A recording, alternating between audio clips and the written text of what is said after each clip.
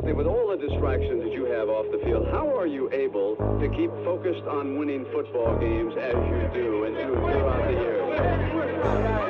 When you have great coaches, then after you have great coaches, you get great players. You have a great organization, and you tell them one thing: just win, baby.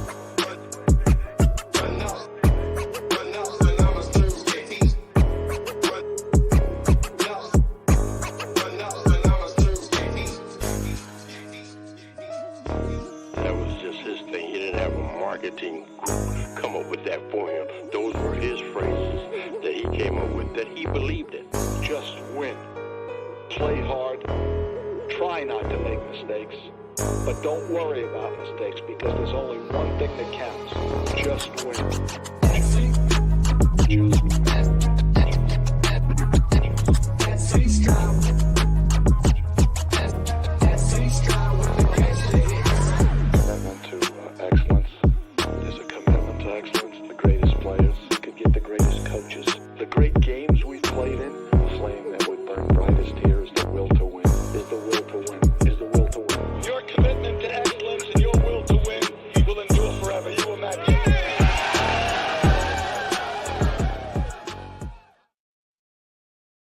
Yo, welcome to another 2-for-1 Nation podcast. You feel me? Another combine back to back. Like I said, we here, we good. It's me for now. Later on, Twuan is gonna join us, obviously, and yeah, we got the defensive backs and tight ends today, but we're only doing the defensive backs. We're only gonna cover the defensive backs.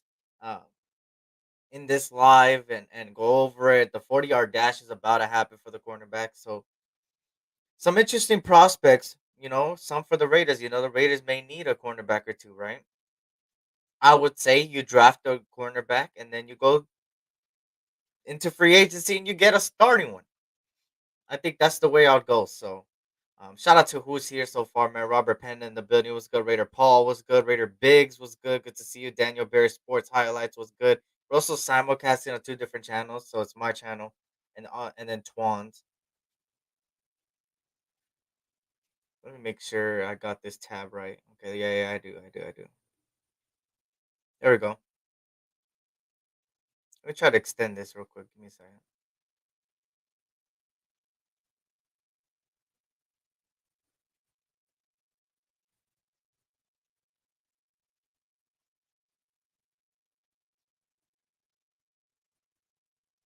Oops, I didn't mean to do that.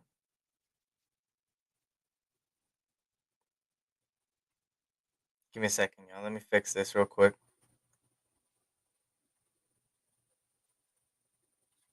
NFL. Hold on.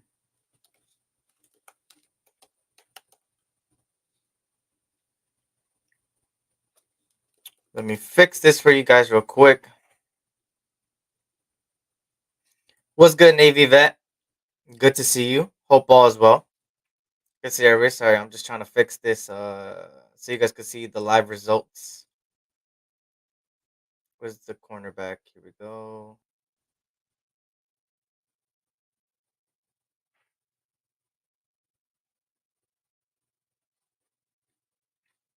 Okay, now let me put this.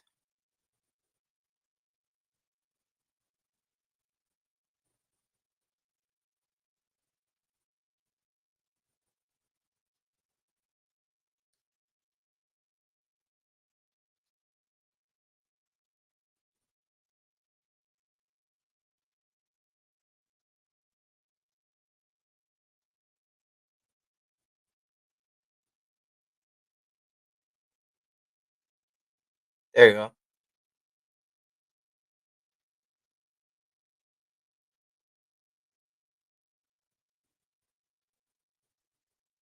There we go. Tomorrow's my birthday. Hey, happy birthday, Navy vet, man. Happy early birthday, man. Happy early birthday. Happy early birthday, man. Hope you have fun, man. Spend it with your family and stuff like that, loved ones.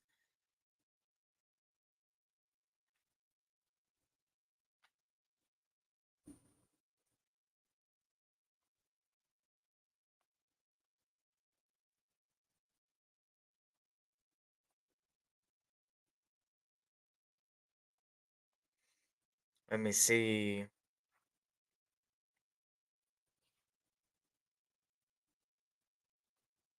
There we go.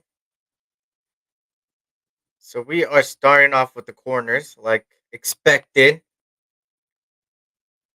I got a lot of cornerbacks on my list, bro. A lot of cornerbacks on my list right now. It looks like Terrion Arnold from Alabama is going for the defensive backs right now.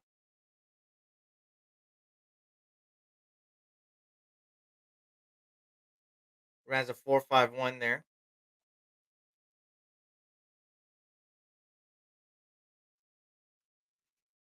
Terrion Arnold is a pretty good defensive back, y'all. You know, from Alabama, obviously 6 foot, 196 pounds. Um, he allowed a completion rating of 51.9. He allowed 2 touchdowns with 13 pass breakups and 5 interceptions. Um, a first round cornerback for sure. I think he's gonna go in the first round as of right now. And then after the combine, we'll see where he would maybe fall or rise. But it looks like the first round, that guy would go. Here we go, AMJ Devishir from Pitt with the 4.45. It's not bad. It's not bad. That is not bad. That is not bad.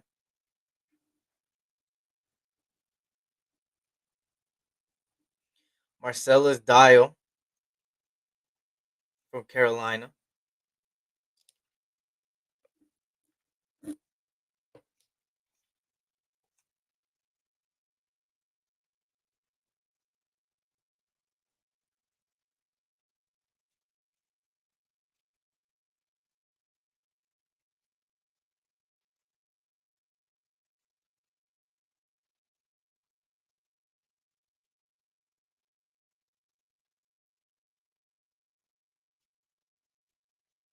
It was not showing you.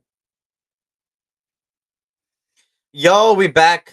We back, nation. Day 2. That's a fact. Day 2, man. Here's Marcellus Dial with the 4.47 there.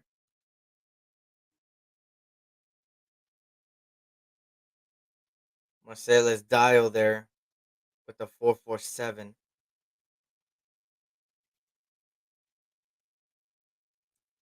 Willie Drew from Virginia State.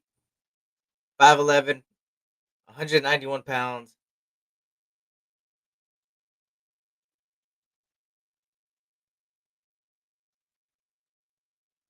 Here we go. And he gets a 4.48. A 4.48. 4.48. A 4.48.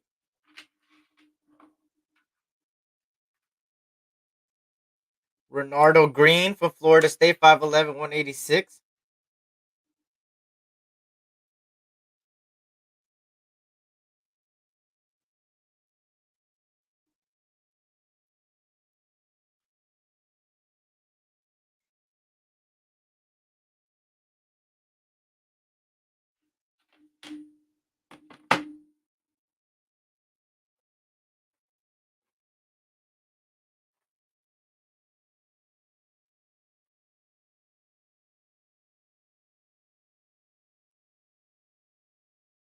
Shout out to Lakers in 5. What's good, Lakers in 5? Good to see everybody. Good to see everybody.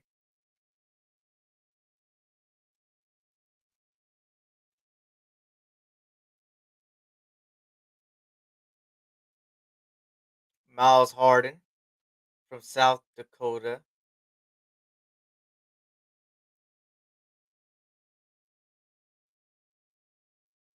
Oh, it's starting to update the cornerbacks. Perfect, perfect, perfect. Here we go.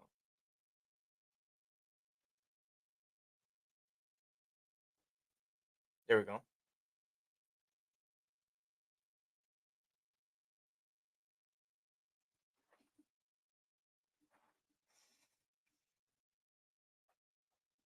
Miles Harden.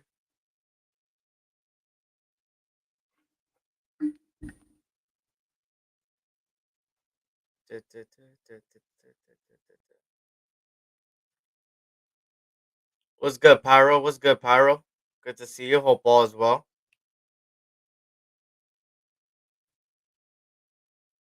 A 4.52. A 4.52 for Miles Harden.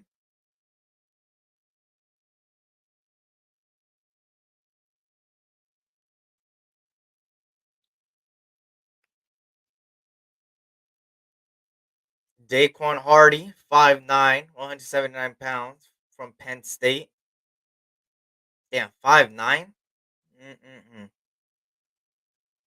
5'9" is not that good for a corner, man. But, if you got heart, you got heart. You feel me? Shout out to North Cal Raider Jesse. What's good, North Cal? Good to see you. Hope all is well. Good to see everybody, man. 4.39. Damn. He ran 4.39. That's the best time so far, Daquan Hardy.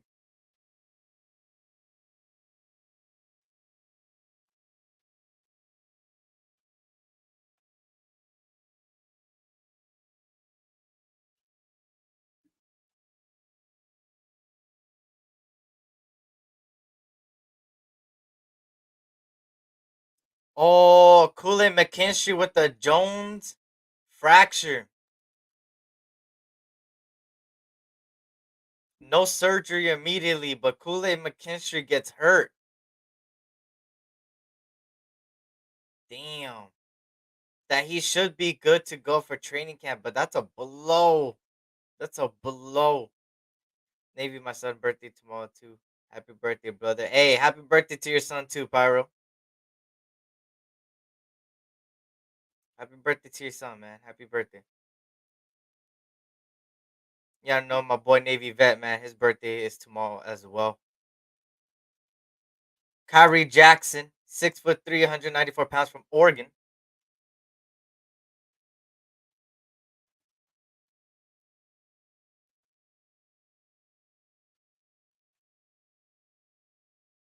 Kyrie Jackson, 4'5", exactly a 4'5".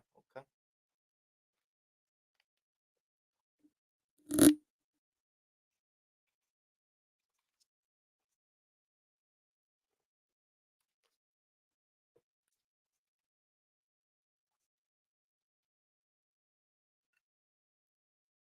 Then it's on commercial break again.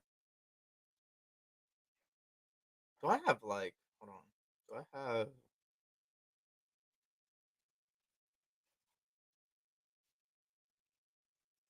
I don't play audio, but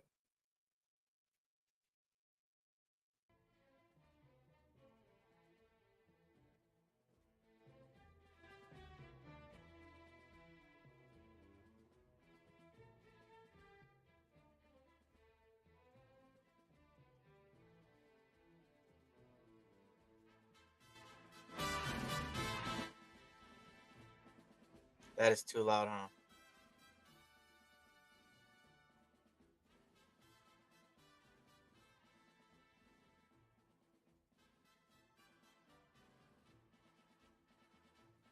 What's good, Ray Love? What's good, Ray Love? Hey, tell me if you guys do you guys hear background noises, like a background song in the background? I freaking put it in the background, but I don't know if it's like it shows.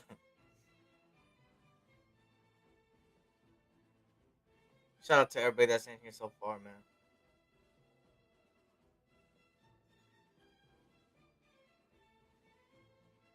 Yup, the NFL song.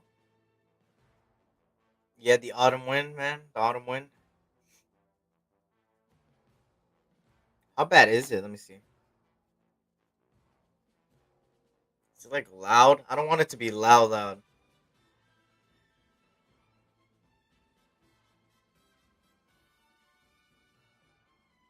SC already got the McDonald's. What's you get for a happy meal? Be careful, to, or else you could. Nah, I just got a freaking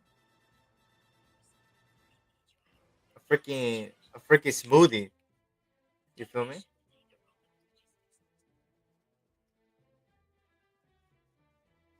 Freaking smoothie. Damn, it doesn't really. You can't really hear it. Oh, you can hear it. You can hear it.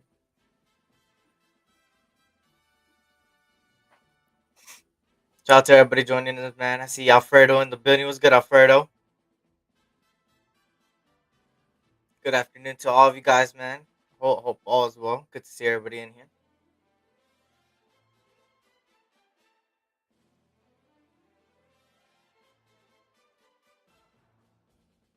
It's commercial so far, so we're just waiting. There's been a 40-yard dash. DJ James from Auburn with a 4.43 there for his first run. Eric, there was a little echo when you were testing it. Oh, it's probably because I was looking on my phone. Like when I was looking at it on my phone, I had it up to the mic, so it was like I was watching myself. You feel me? But I appreciate that. I appreciate that for letting me know. There was a little echo when you were testing. There's no echo right now, right? There's no echo right now. Hopefully, there's no echo right now, right? Everything's good. You guys can hear me clearly. Jerian Jones there. Here's Kalen King. 4.61 his speed, man. Kalen King, I like him a lot, man. 5'11", 191. You feel me? 61% uh, a pass breakup in 2023. Projected to go second, third round. It's one of those guys there. Makes sense, though.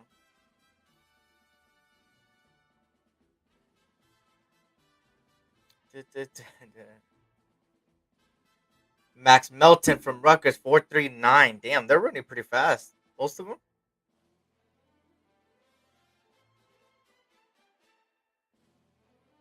I ain't gonna lie. They're running faster than I expected.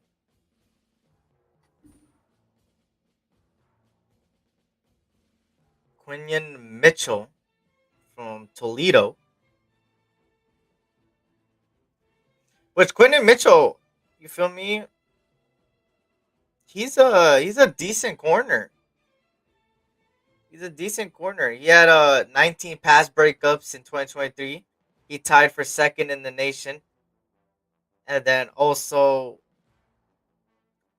he's had 37 pass deflections since 2022.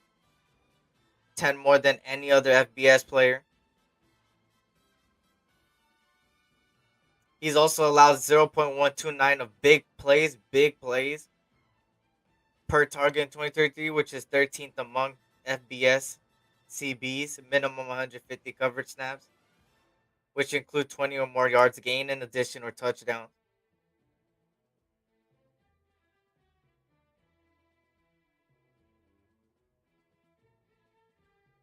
Fourth round, fifth round guy.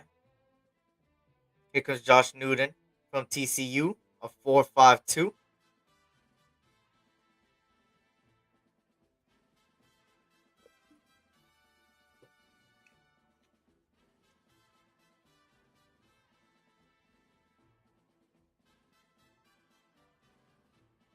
Andrew Phillips from the University of Kentucky, a 4.48 right there.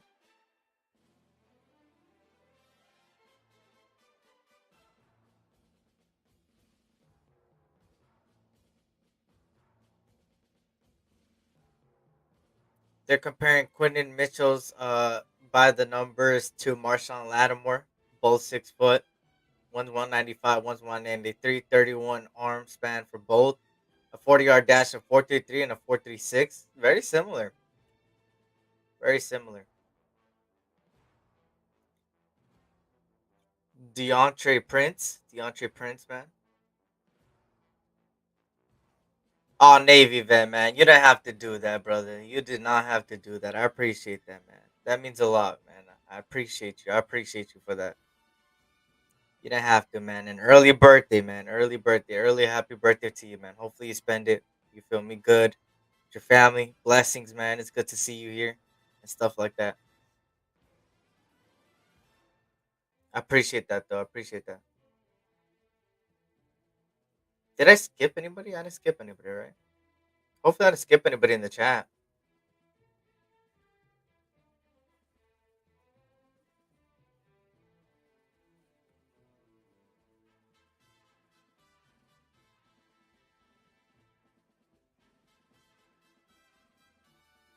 Am I tripping?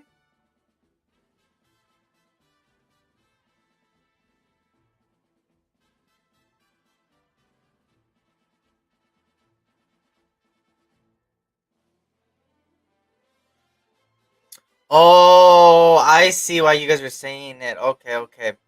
I was a little confused. I was like, did I miss Nate? I was like, did I miss Nate? But when he gives people, it shows their name. It shows their name, like regardless if they're in the chat or not. But I appreciate that. I appreciate that. I appreciate that once again, Navy. Means a lot, man. Means a lot.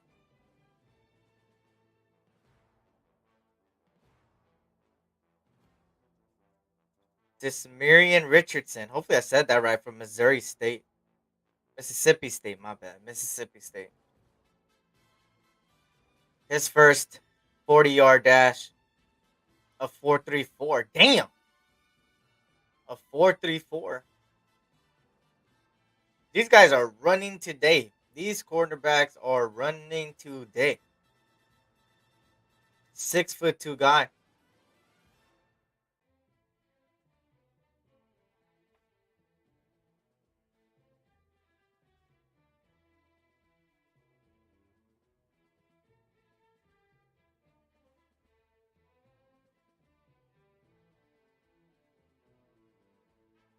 Mike Sandstro. I believe that's from Michigan.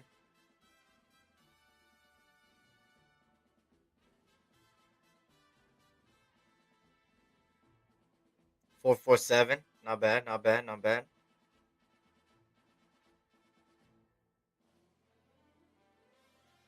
Not bad at all. Wait, when people give memberships, they could give some to people. Yo, give me one help, brother. I don't think you can.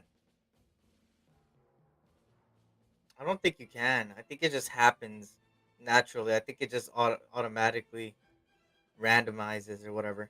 Charles Smith Wade, one of my favorite, well, one of my favorites in the draft. Obviously, he allowed no touchdowns allowed in coverage in 2023. No touchdowns allowed.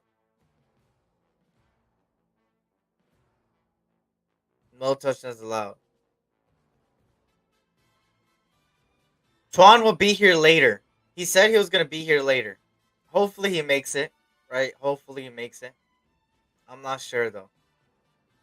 He said he'll join later, so I don't know what later means, but you know, could be in an hour, could be in 30 minutes, could be in the next 10. Who knows? But yeah, he will be here. Hopefully, you feel me? And a 4.54 for him.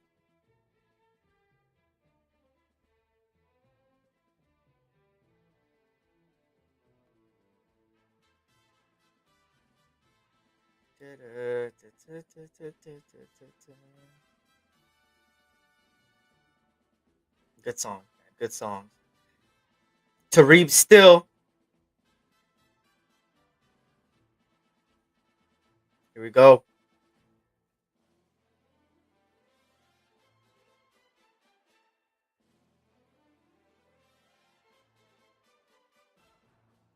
Tareeb Still. Everybody's running the 40-yard dash. As you can see on the screen, those are the names real quick. I gotta get sleep before work tonight. I wanted to gift yourselves to become members. My birthday present to you. Eric, keep up the great content, members. Hey, you don't have to, man. But happy early birthday to you. Hope you have a good one tomorrow, man. Enjoy it. Have some good rest today, man. And blessings, man. I appreciate you for stopping by and doing that, man. That means a lot. That means a lot. He said Nutty Raider Nate is creeping in the chat, got caught when Navy Man gifted the membership. Ryan Watts.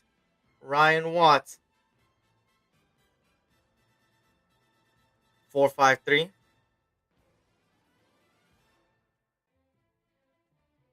And here's Nate Wiggins, one of the best corners of this class. If y'all don't know who Nate Wiggins is, he's from Clemson. From Clemson.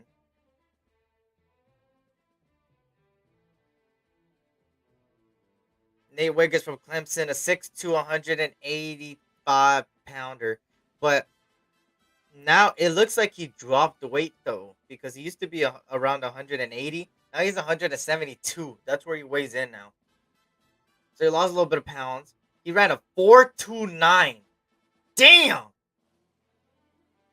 A 4.29 for a freaking defensive back. Nate Wiggins, a 6'2", by the way. That's impressive.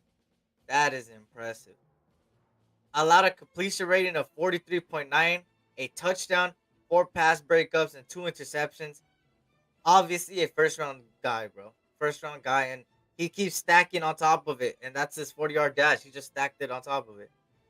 Chris Abram Drain,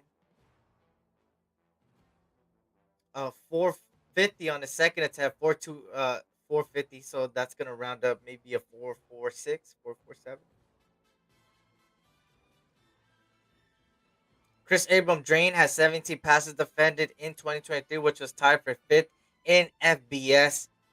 Another later round guys. Then Terrion Arnold, the boy from Alabama, going on for his second run of the day.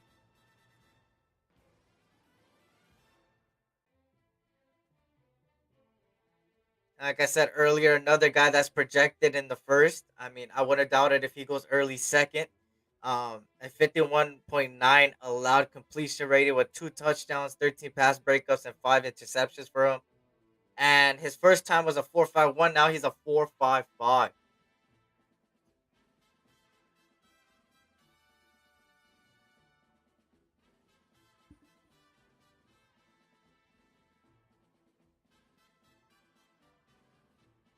First simulcam of the day where they put somebody side by side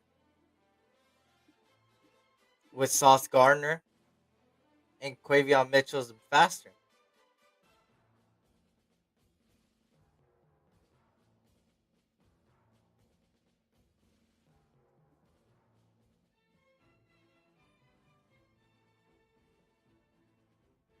Commercial again.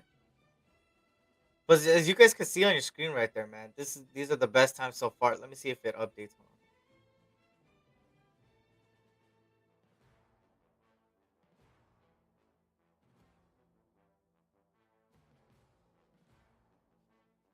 It's gonna update in a little bit.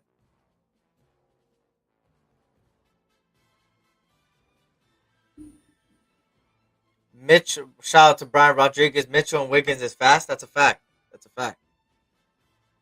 Salute, salute. Nate Wiggins is one of my favorite guys in this year's draft, man.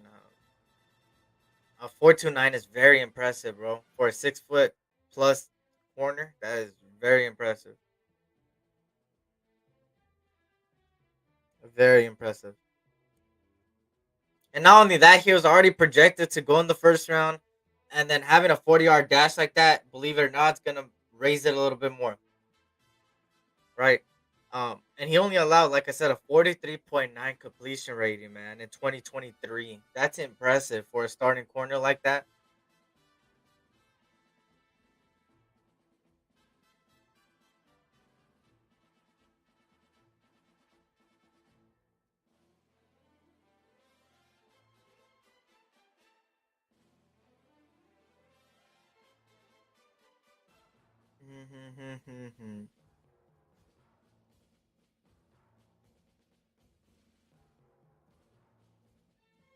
Shout out to everybody. Shout out to everybody. If you guys can't hit that like button, subscribe if you know. We'll greatly appreciate it. Back to back combine lives. You feel me? Shout out to Thrash in the building. What's good, Thrash? Good to see you. If you guys can't hit that like button, like I said, subscribe if you're new.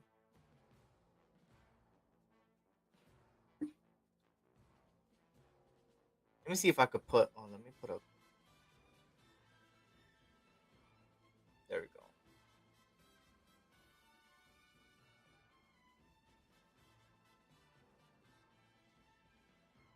Commercial right now. Commercial right now. Which, by the way, there is some Raider news. You feel me? There's some Raider news. You know, Jaden Daniels kind of talked about Antonio Pierce. He kind of said that he doesn't know what he'll do if he gets the call. He said that he had a great meeting with the Raiders. Great meeting with the Raiders.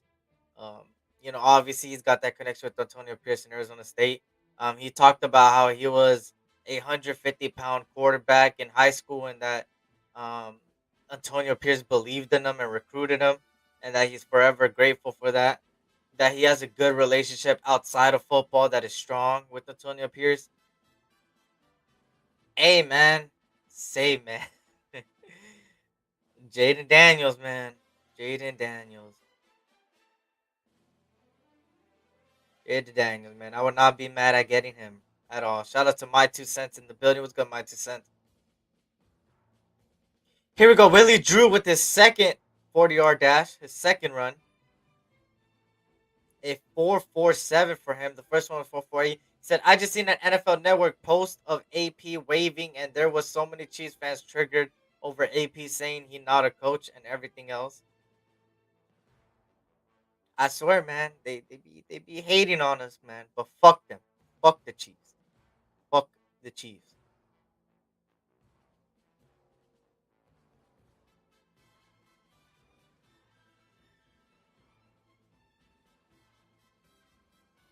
There is no way.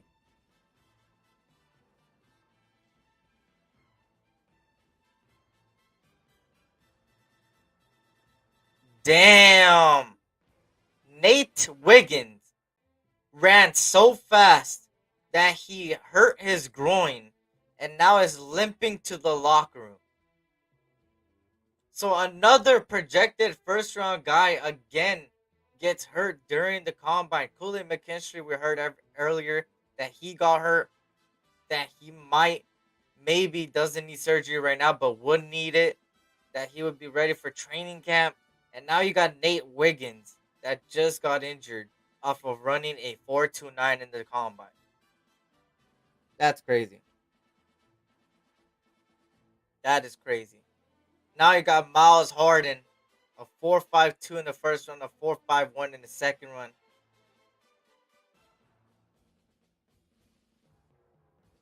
But that's crazy. Nate Wiggins, man, got hurt running the 40-yard dash. Speedy recovery to him, man. Speedy recovery to him.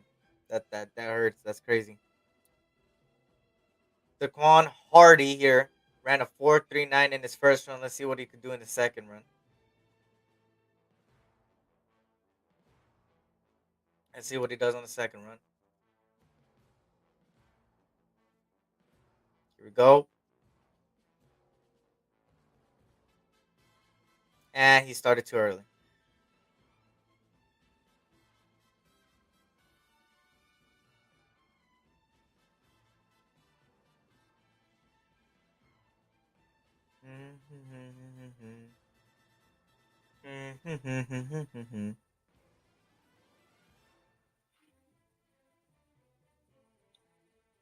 Honestly, I still kind of want Penix. Just the injuries make me nervous. I think the injuries knocks him to the second round. I don't think anybody's gonna take a chance on him in the first round. I think the second round, maybe third, but I would say second round. I would say somebody takes him in the second round for sure. And if the Raiders go a different round in the first round, then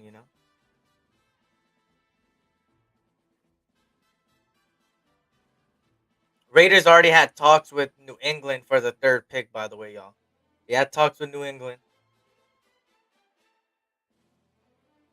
You know,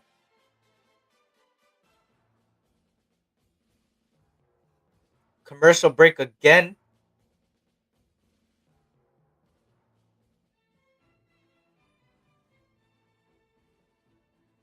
So yeah, speaking of quarterbacks, I think for the draft, what it looks like is that the Raiders are gonna try to get into the top three. If they cannot succeed in getting into the top three, I could see them either going with an offensive tackle, specifically a right tackle, in the 13th spot, or they would trade back, in my opinion. because I think they won't go receiver unless Adams gets traded, which I don't think he's gonna get traded. I don't think they're gonna go running back. Obviously, I don't think they're gonna go. I don't think they'll go quarterback if they stay at 13. I don't think they'll go. I mean, a defensive back is also on the table, right? But now with two first round talented cornerbacks getting hurt, that might knock two of them out. And there's only like three cornerbacks you could say, maybe maximum four that are gonna go in the first round. But I would say three, which is Nate Wiggins, McKinstry, and DeJean. I believe that's how I said from Missouri. Now two of them got hurt today, and one of them might need surgery. So you feel me? That's that. And on top of that, the linebackers, I don't think any of them are gonna go in the first round. Maybe late first round, but not early or mid first round. And then obviously the safeties are not gonna go until the second, third round, bro. Unless somebody could rise their stock and become somebody that goes into the combine and kills it, the pro day kills it, the press conferences kills it, then a safety would go in the late first. But I don't see any safety going in the first. Um, as of right now, obviously things to change. Obviously things change. Free agency changes. People release different people. Like the Eagles, they just released Byard. So who knows, right? They might be in the market for a safety. So obviously, um, all these guys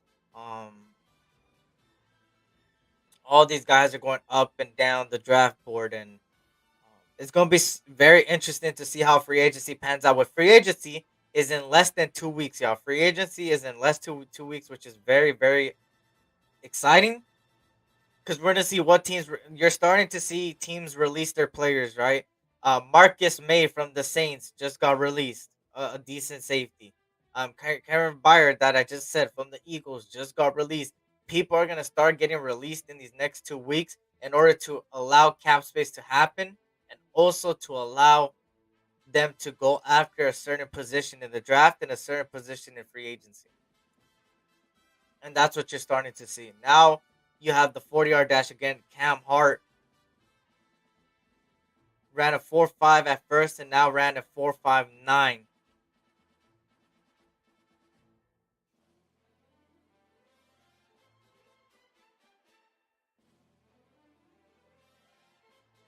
Kyrie Jackson, shout out to Gore Peterson. What a Gore Peterson? A 4.5, now a 4.52. DJ James, a 4.43 for his first run, and now for his second run, a 4.46.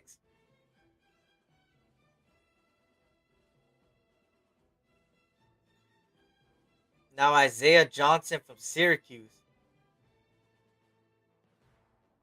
ran a 4.64 his first time. Ran a 4.64 his first time.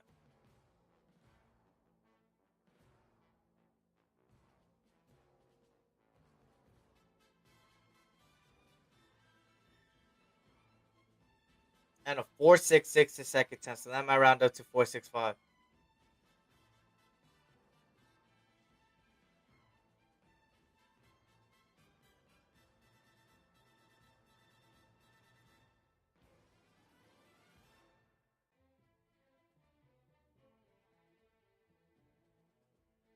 El Capitan Rafucho was good at Capitan. I'm mad because tomorrow I'm gonna have stuff in the morning, so I'm not gonna be able to do it, man. That's one of the most important ones: the quarterbacks, receivers, running backs. So, guys, make sure to tune into the combine, bro, tomorrow, where you're gonna see a lot of these quarterbacks throw the ball, receivers catch. It's a deep receiver class, a deep quarterback class this year. You could even see a deep running back class as well. A lot of underrated guys in all spectrums. So it's gonna be interesting to see. I do know that Jaden Daniels and Caleb Williams will not throw tomorrow. So let me repeat that: Jaden Daniels and Caleb Williams will not be doing the drills tomorrow, but they are doing pressers. As you can see, Jaden Daniels already came out in the presser, practically talking about Antonio Pierce. They were asking him questions about the Raiders, and you know he answered pretty well, man. He answered pretty well. Some interesting things to say. You feel me? Now Max Melton from Rutgers ran a 4.39 at first.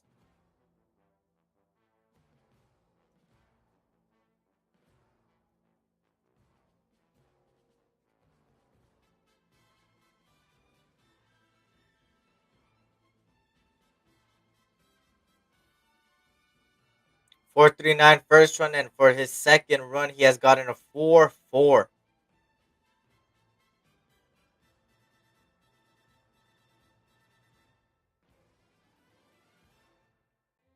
Now,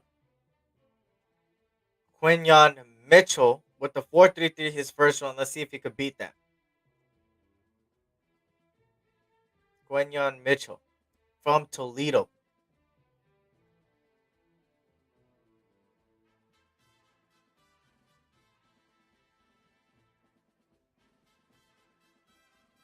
Quinyon Mitchell.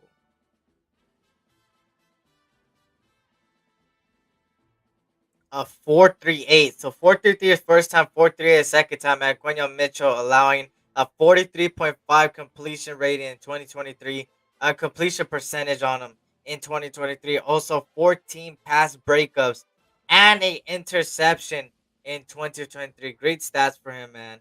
A decent corner out there as well. Quinyon Mitchell there. Now you got Josh Newton from TCU. Damn, he can't go live tomorrow with quarterbacks going. That's what we're really hunting to watch. Spencer is going to be tanking the ball tomorrow. Finally, the nation's going to come together again. Yeah, we're going to see what happens tomorrow. We're going to see what quarterback shine. I'm going to be watching it, but I'm just not going to be here. Feel me? So I'm probably going to be watching on my phone or something. But yeah, I can't be here, man. It sucks. That's one of the most important days, but it is what it is, right? It is what it is. Free agency is around the corner, so stay tuned. I'm gonna try to record a video over the weekend and then upload it by next week. Hopefully Monday, Tuesday, or Wednesday I upload it. It's gonna be a short video, nothing too long. Talking about um 3 to 5 free agents that could really help the Raiders.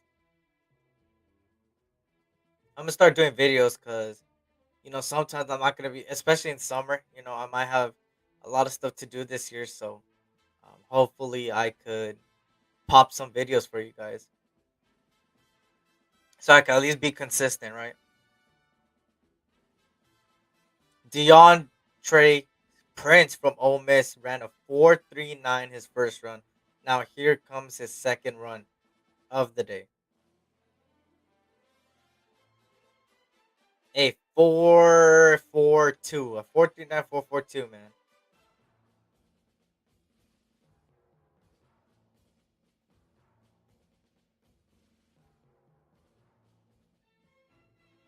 Here comes Ian Rappaport.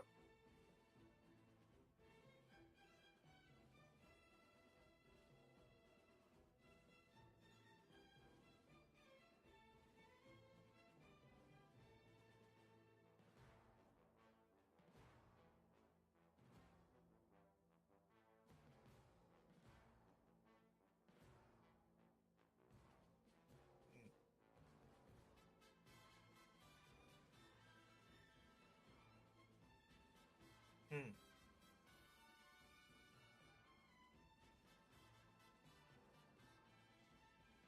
What's good, Queen? Good to see you. Hope all is well.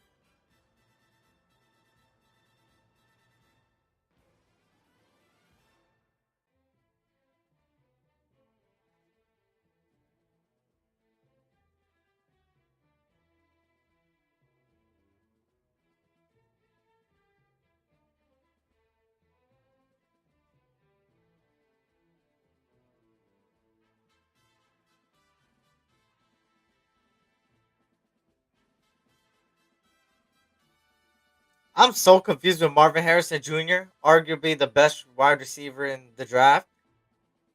Apparently, he doesn't want to talk to people, right? Some media. He's only going to talk to certain teams, and those are the only teams he's going to give uh, allow for medical examination. And he's not allowing them to do a medical in general, or see his wingspan or any of that, which is weird. Like he's hiding something. Like he's hiding an injury, or he's hiding something. Here's Ennis Rakestraw Jr. from Missouri here. Ran a 4.54 the first time, now 4.51 in the second time.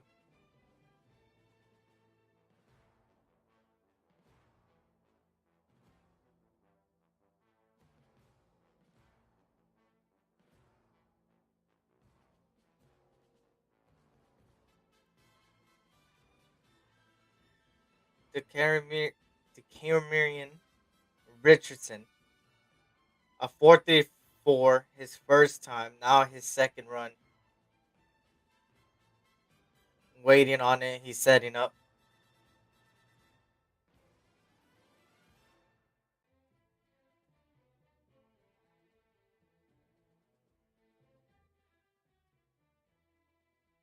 A 4.36. That's not bad. So it's gonna round up to like a 4.35. That's not bad.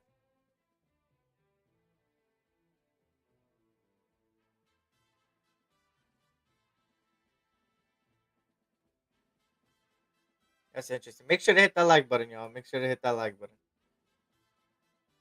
I greatly, greatly appreciate it. Charles Smith Wade, man, ran a 4.54 the first time.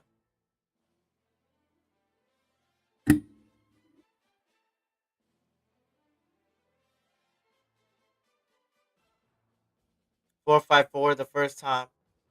Now the second time, 4.57. A 4.57 there for him.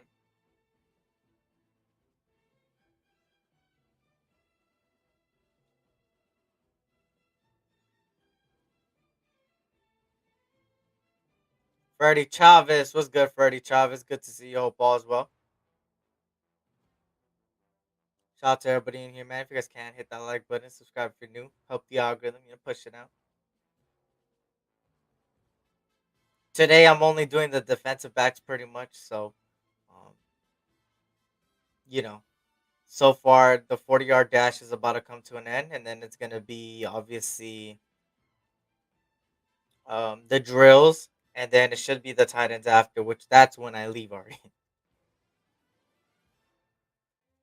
It's gonna be a shorter live than yesterday. Yesterday was 4 hours was crazy, man. 4 hours was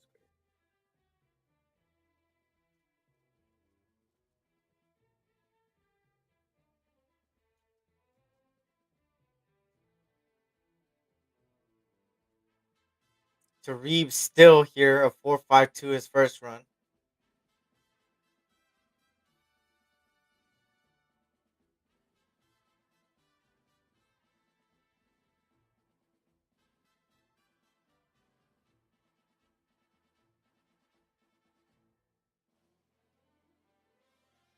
A 4.53 his second time. 4.52, 4.53.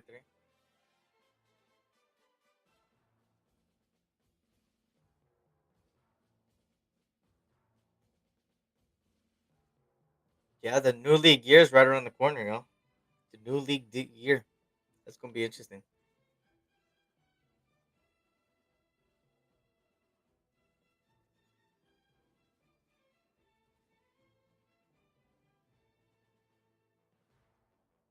4.53 the first time, second run 4.53 again.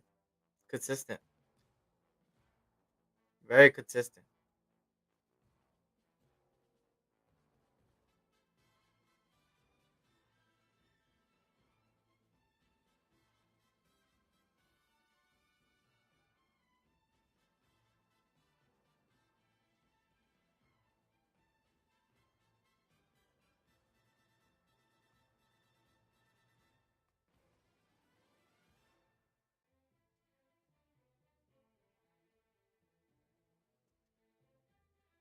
Milka Beezy. What's good, Milka Beezy? Milka Beezy. Hope all's well, man. Hope all's well.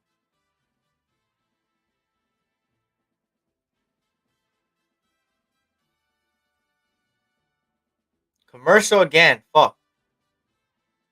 He said, "Dang, Rafa, you're trying extra hard today." As he really getting older, I still remember when I first subscribed to him during the combine and used to beginning to end literally like 6 hour lives. I know, right? Those were the days, right? Those were the days. Those were the days, man. But now it's kind of like going to the direction where it's probably gonna be more videos than lives, man. More videos, short videos than lives. That's where it's coming about. You feel me? Getting older, getting things. You feel me? Things are happening. my personal life, that require me to feel me. Shout out to Pizzo. What's good, Pizzo? Good to see you, Pizzo. Hope all is well.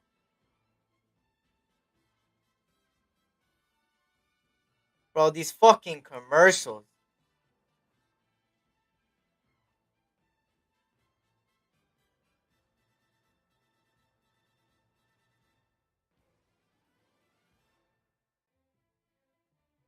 Stay hydrated. Stay hydrated.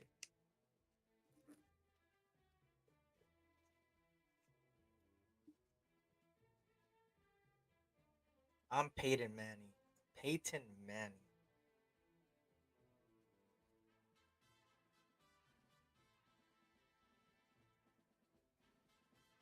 Dang.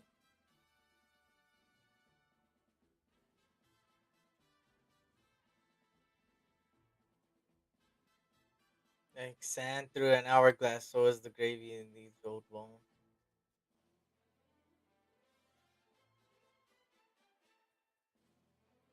Time is passing, man. Time is passing. Time is passing. Things are happening. That's what happens, man. That's what happens. I remember doing 2 to 3 lives a day. Those were the ridiculous. I ain't gonna lie. Those were the ridiculous days. I look back at my lives and I'm like, what the fuck was I on? Like, was I on some type of drugs? Like, holy shit. I used to do 2 to 3. I would do a live like in the morning, in the afternoon, and then at night. It would be like SC morning hours, then it would be like a Raider live in the middle, and then at night it would be like SC. What was it called again? Like Night Talk or some shit. I'm like, damn, bro, how did I do it? That's how you know I really didn't have nothing going on at that time. Shit,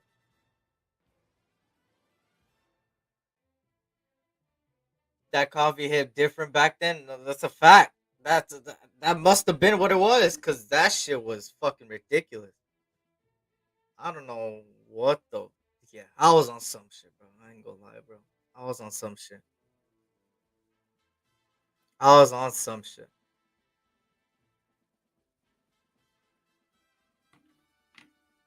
I be tripping.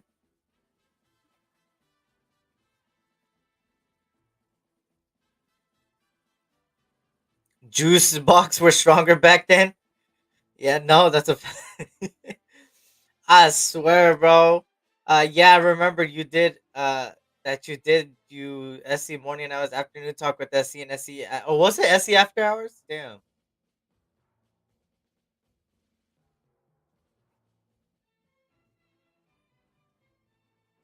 fucking ridiculous, bro. That was fun though. The good old days. I know the good old days, man. You know the good old days, man. You know, but things happen. You feel me? Things happen. You can't control really what happens.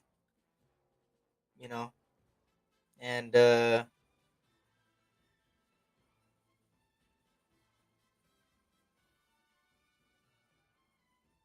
onto new things, right? Onto new things. Now they're doing the line drill, which is pretty much shows you pretty much full work, balance, being able to track back. Roasting Eric all lies, bro. It was like roasting Eric every fucking lie, bro. It's like goddamn, like let me live, let me live, let me live. Like for fuck's sake, we'll need another cornerback to go along with Jack Jones and Nate Hobbs. So shout out to Arkham in the building. What's good, Arkham? Arkham, let me know what cornerback you're looking at, man. Let me know what good days. The good old simping days. Yeah, that those were fucking crazy. I don't know what the fuck I was on. I was on some type of shit, like I said. Bro. I was on some type of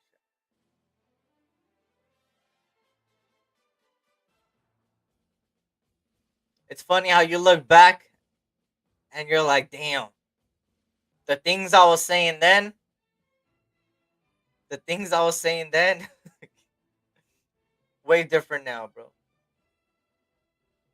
clean hat, Eric. I appreciate that, man. You already know, man. Raiders all day.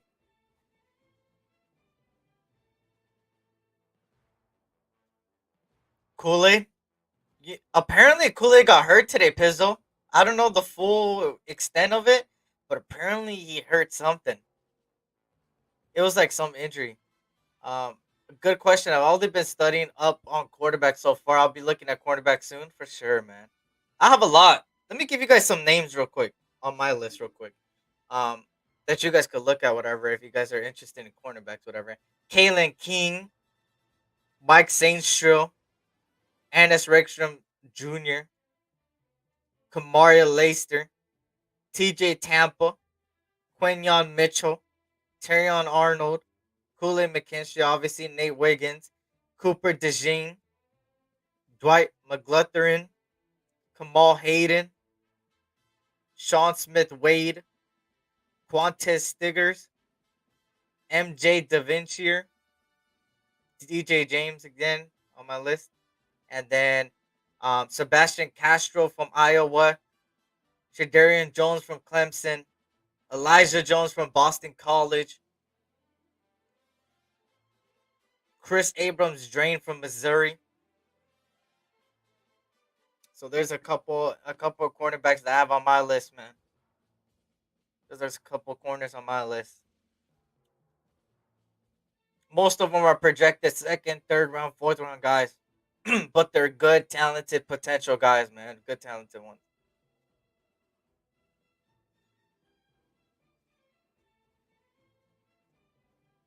Max Melton with the line drill there. Good line drill there. Two-time All Big Ten honorable mention.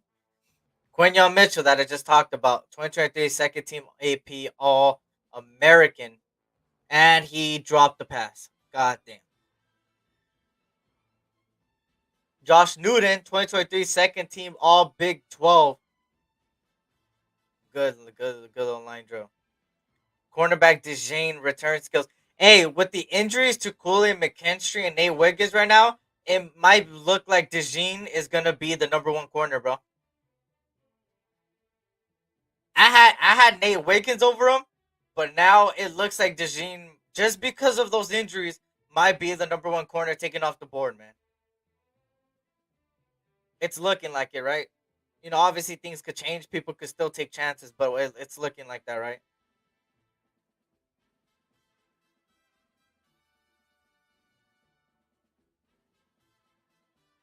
Oh, my boy from USC, Christian Roland Wallace. 9 pass breakups in 2023, led the team. So some people that didn't run the 40 are doing the drills. You feel me? 2023 second team All Big Ten. Shaw Smith Wade that I talked about a little bit earlier, man. 6 pack breakups, 36 tackles in 2023, and he dropped the pass. Tariq Stills, 2023 second team All Big Ten. Backtracked, left, right, left, caught it, straight through the middle. Looked a little slow on the acceleration, but still good drill. Here go Josh Wallace. Slow on the catch. Shout out to SoCal Sal. What's good, SoCal Sal? Shout out to everybody that's coming in here and there, man. If you guys can hit that like button, I'll greatly appreciate it. I appreciate you guys for being here.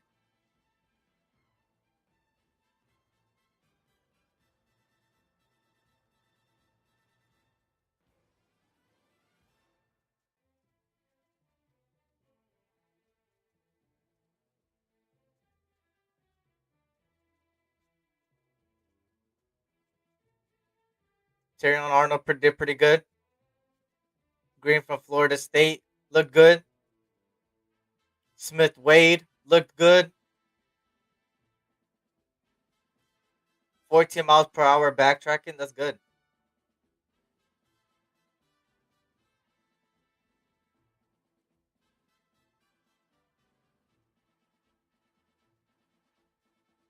Damn, Quinion Mitchell with the NFL Scouting Combine overall score 91.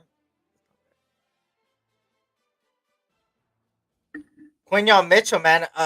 I think Quinion Mitchell from Toledo, I believe, if I'm not mistaken. Am I tripping? Um,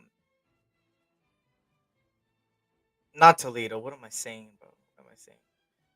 I forgot what college that is, honestly, bro. I forgot what college that is, but Quentin Mitchell is one of those guys that is a second round guy, but I would not be surprised if he goes late first. Like, I would not be surprised. He's like one of those guys that you're projecting him in the second, but could easily be taken late first by some team, right? Reaching. And even then, it might not be a reach because he's still a good fucking player. Now you got MJ here from Pitt, 4 interceptions, 10 pass breakups in 2023, which were career highs for him. The line Joe here, Marcellus Dial, 3 interceptions, 12 pass breakups in 2022, which was career highs in 2022, which was a year and a half ago.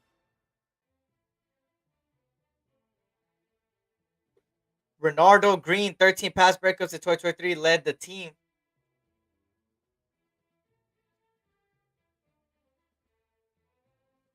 A PFF grade of 90.4 coverage grade in 2023 for Kamal Hayden, which I talked about a little bit later. Kamal Hayden from Tennessee, 5th among FBS.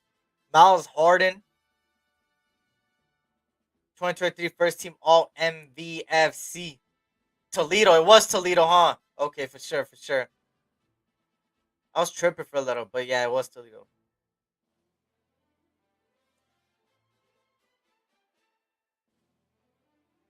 Here we go, commercials part 2. And the Commanders just released 2 players to Charles Leno Jr., their tackle, and Logan Thomas, their tight end. Wow. Logan Thomas getting released. Wow.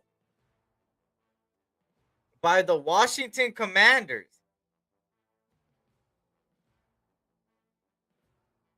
Very interesting.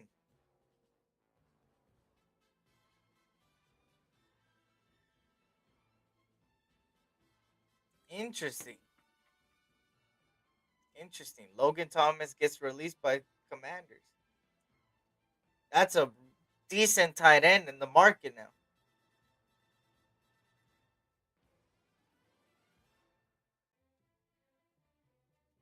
Yeah, Logan Thomas could be an interesting pickup to go in Mayor, man. Logan Thomas is good. I'll say this: he is better than Austin Hooper. I'll tell you that 100%. 100%.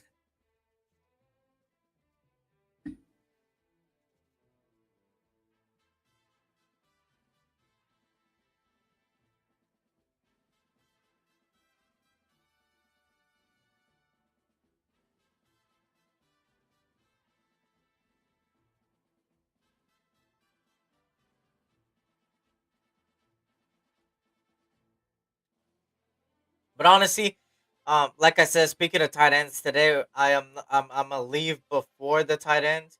So if you guys are interested in free rookie tight ends, and obviously um you feel me, the combine is there. But obviously I don't really got my eyes set on a NFL draftee as a tight end personally. But I do know one thing, that Brock Bowers Brock Bowers is most likely going to be a Charger. Let's be honest. Let's be honest. Y'all check out the 2 linebackers, Peyton Wilson and Dallas Turner. I know about Dallas Turner. Peyton Wilson, no. Did they have a good? Hold on, let me see.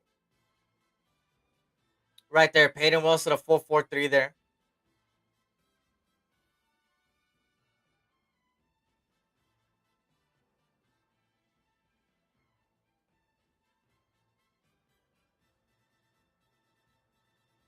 A shuttle. They didn't even do that. Damn, a lot of people didn't do the 3-cone drill or anything. 40-yard dash here.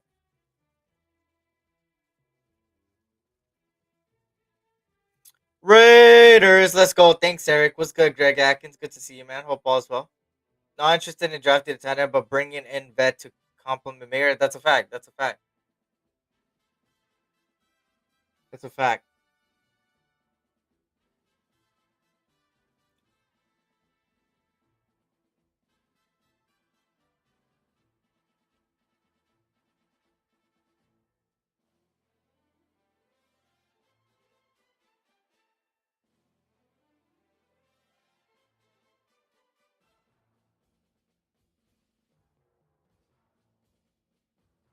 Hit that like button. Hit that like button.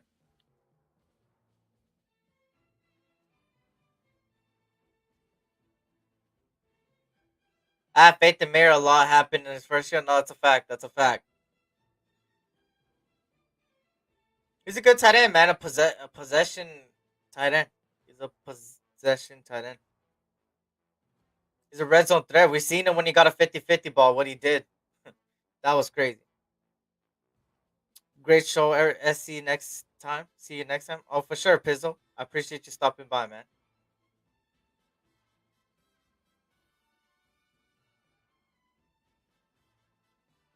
Notre Dame, 8 players invited to the 2024 NFL Combine.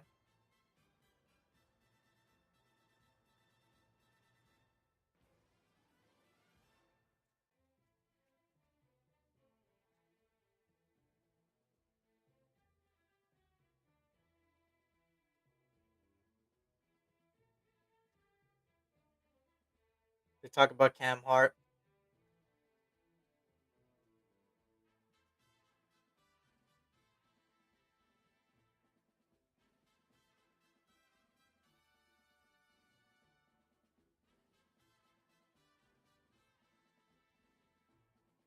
Another decent cornerback. I forgot to put on my list. Cam Hart, man, from Notre Dame.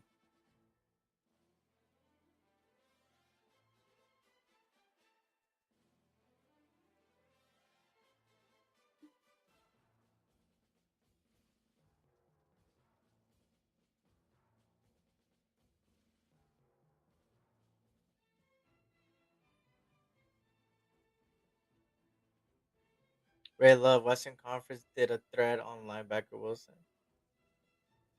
Good shit. Backpedal and 45-degree break. That's the next one they're doing.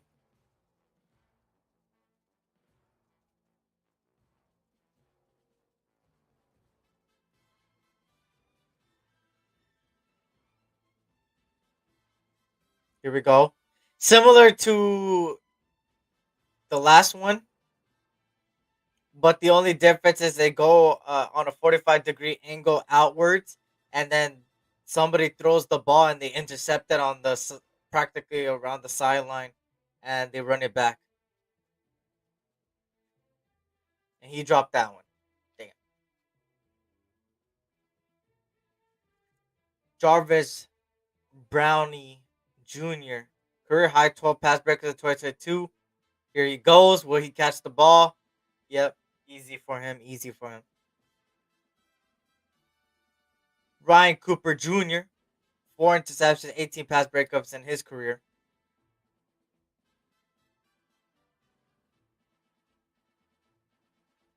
Good catch there. Good catch. Good catch. What's good, Cool Kev? What's good, Cool Kev? Shout out to Cool Kev in the building.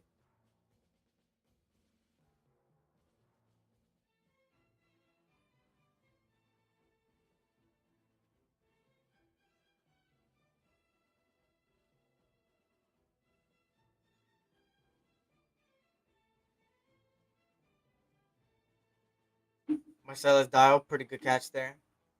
Bernardo Green for Florida State. PFF 16 forced incompletions of 2023, which is tied for 5th in FBS. Caught that.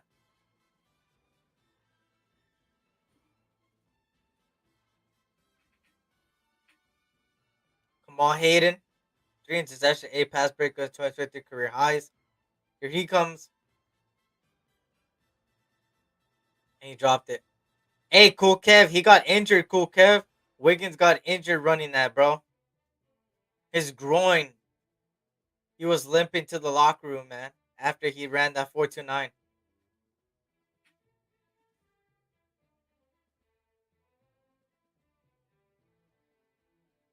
What DBs are you looking at? Oh, I'll give you my list right now. Give me a second. So I have Kalen King that I'm looking at. I'm gonna give you every single one, right? Mike Sainstro, Ennis Rakestraw Jr., Kamari Leister from Georgia, TJ Tampa from Iowa State, Quinyon Mitchell from Toledo, Terrion Arnold from Alabama, Cooley McKinstry from Alabama, Nate Wiggins from Clemson, Cooper DeJean from Iowa State, Dwight McGlothern from Arkansas, Kamal Hayden from Tennessee, Charles Smith Wade from Washington State, Qantas Stiggers,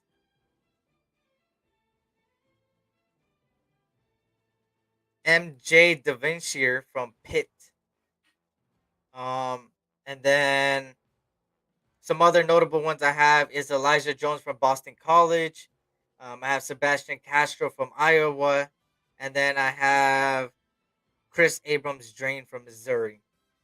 Those are all the ones I went through.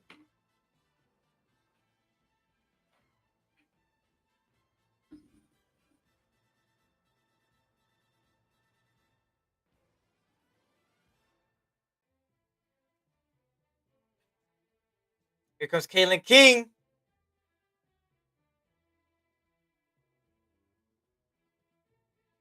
Good catch there. Good catch there, man. If you guys can't hit that like button, man, I appreciate everybody coming in, tuning in.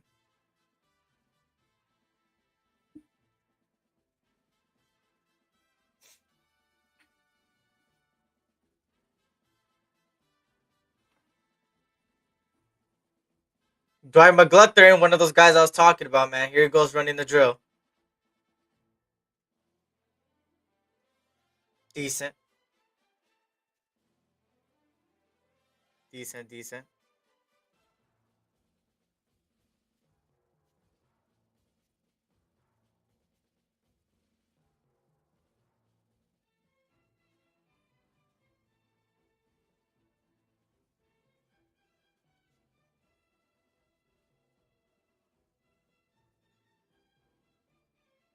Two-time first-team All-MAC Quinyon Mitchell here.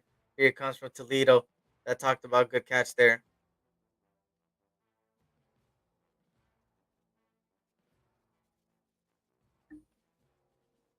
Jones from Florida State, any chance? Josh Newton.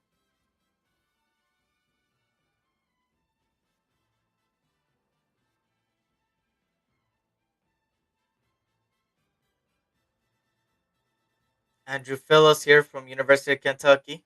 5 pass breakups in each of the last 2 seasons.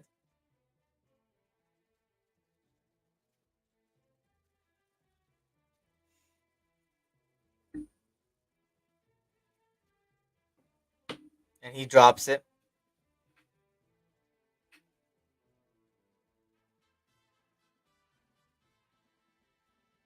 Pritchett from Auburn. 3 interceptions, 26 pass breakups in his career.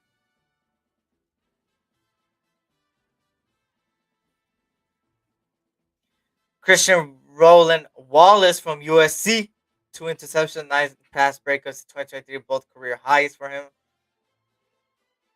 Great catch there. And he slipped. But he slipped out of bounds anyways.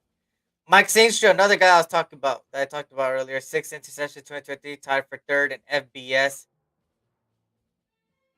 And he dropped it.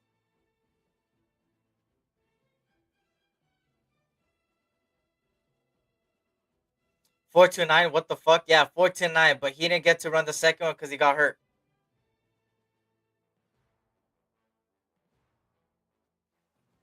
He got hurt running that 4-9. His groin.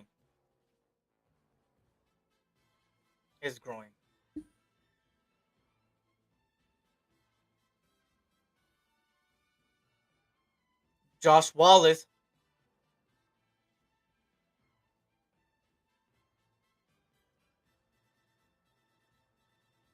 Good catch there.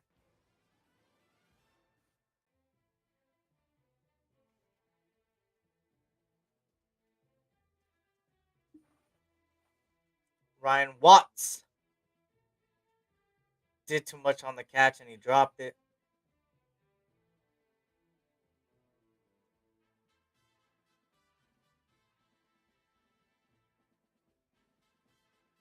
They're showing Antoine Winfield, how he was on the combine.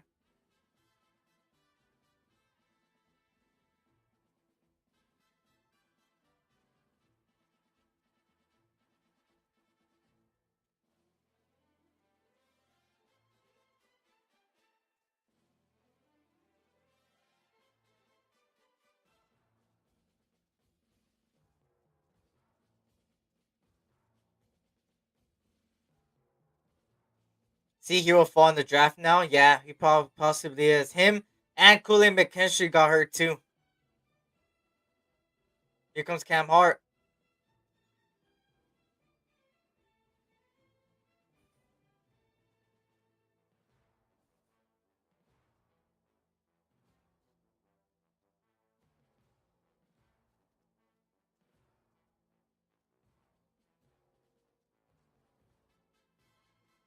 Yo, Mitchell here.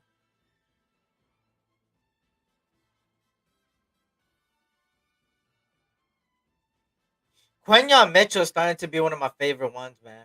You know, I had him before, but now just looking at him at the combine, it's looking pretty good for him, man.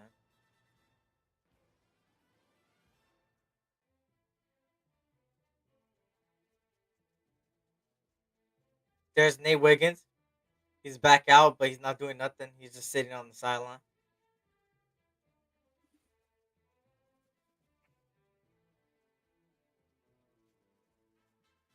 Damn, Nate Wiggins reached 24 miles per hour, bro, in that 40-yard dash. 24 miles per hour. What the fuck?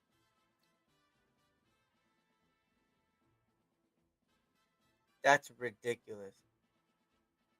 24 miles per hour for a cornerback, bro. Waiting for the Falcons to get Fields so we can know what's going on. That's a fact, man. If Fields leaves, we know how the draft is going to go. If Fields does not, then it's a potential that somebody climbs up.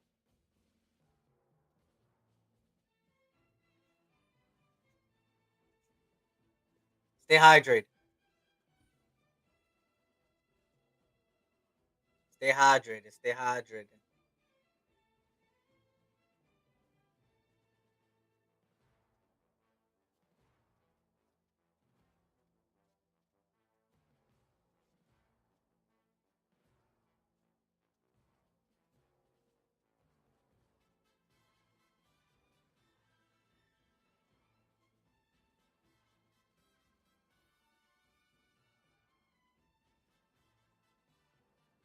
Da, da, da, da, da.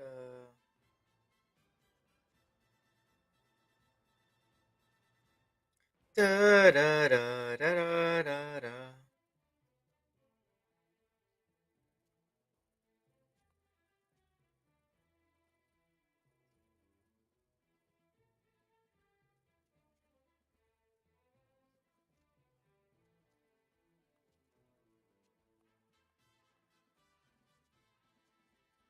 Bijan gonna feast in ATL? Yeah, no, that's a fact.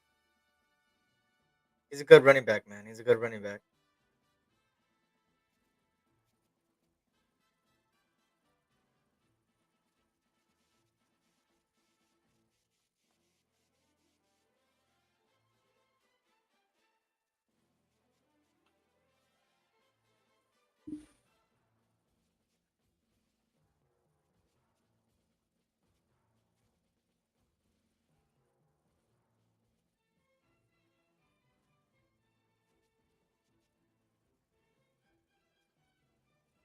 We're on commercials right now. I think there's gonna be a next drill after this. Da, da, da.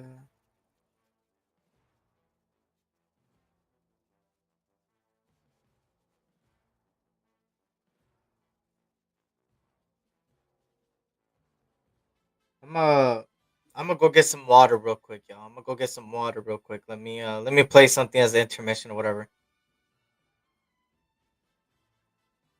Let me see. Let me see. What could be a good intermission?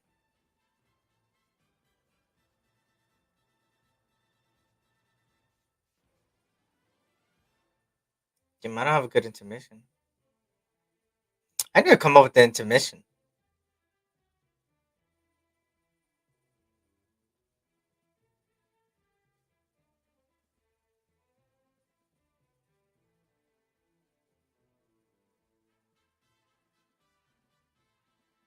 Quinion Mitchell look good right there. I'll be right. Actually, no, it's cool. It's cool. It's cool.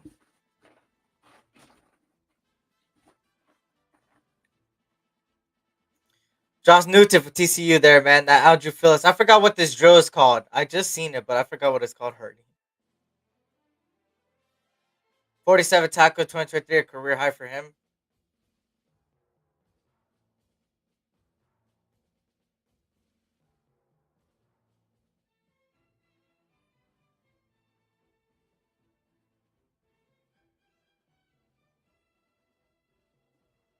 Is this on Fox Sports app? I don't know, J Dog. I was watching on NFL Plus. I think it's called.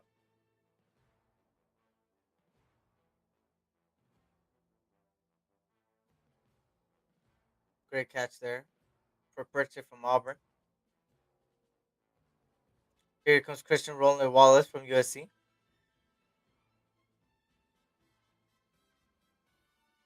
Great catch. There you go. Mike Saintshow, who I was talking about earlier. There he goes on the drill. Let's see if he catches it. Great catch.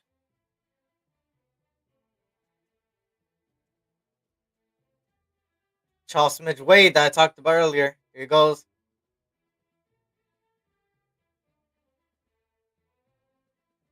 Good catch. Good catch. I'm on Nation. Have a good show, Eric. I appreciate that. SoCal style, man. Salute to you. Terry still. Great catch there. Josh Wallace.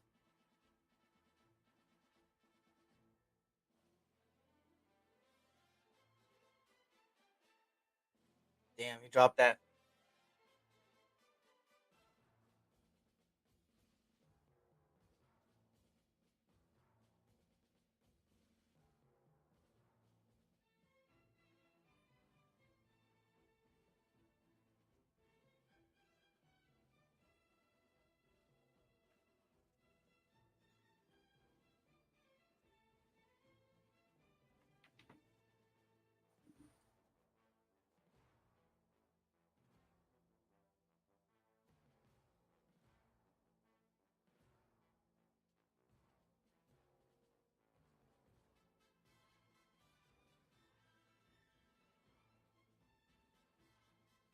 Here's the next drill.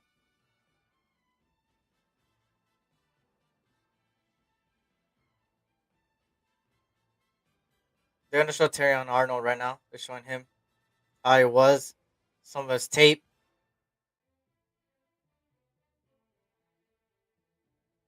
Great way to stick right there. That's why he's on my list. Look at him. Great one-on-ones. Great way to very physical. Good at run support. They compare him by the numbers to Jalen Johnson from Chicago Bears.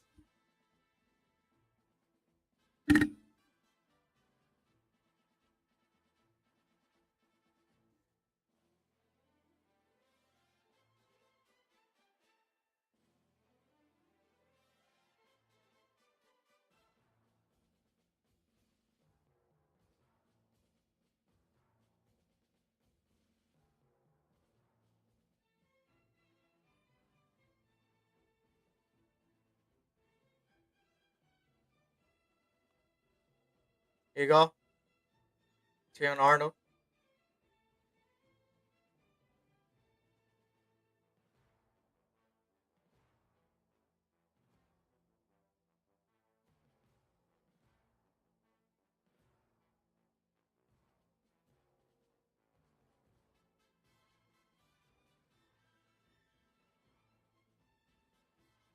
SC, have you seen 74 offensive tackle from Penn State Festival or something like that?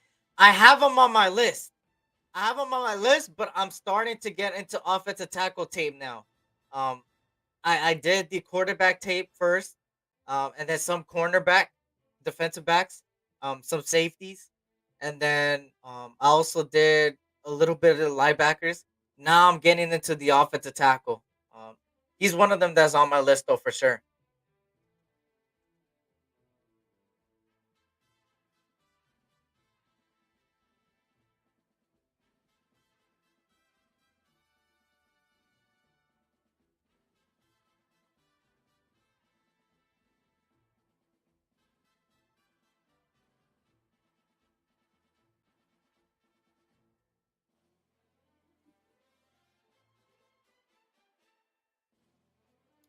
Here you go, Miles Harden. I think this is the three-cone drill, if I'm not mistaken.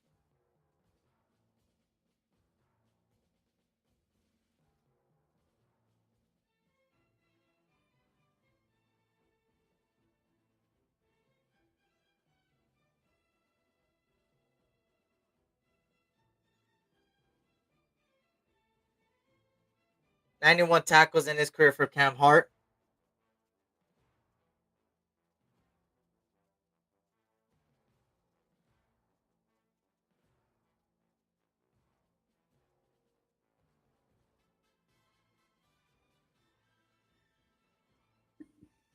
DJ James. Here's Isaiah Johnson for Syracuse.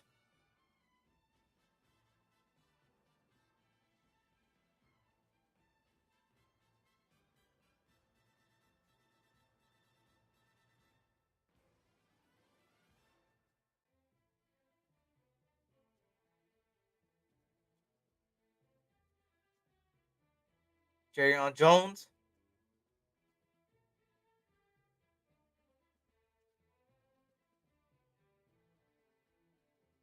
Kalen King, 3 interceptions, 25 pass breakups in his career from Penn State.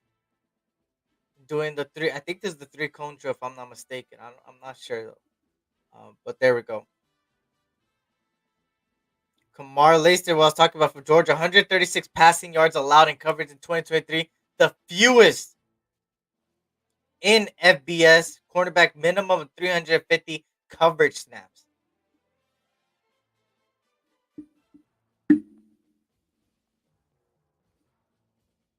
And the Eagles announced that they're releasing Kevin Byard.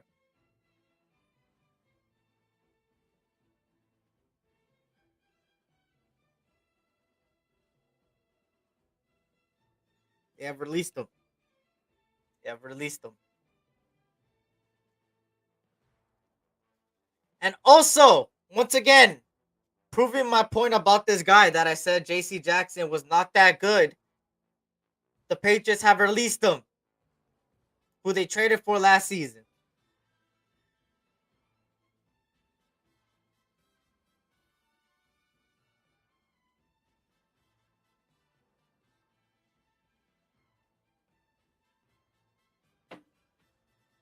Is DeAndre Prince? Oh, my shit's blurry now. Hold on.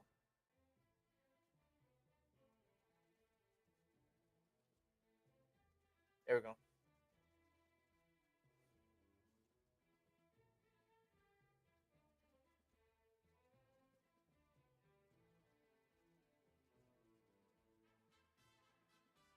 Christian Roland Wallace.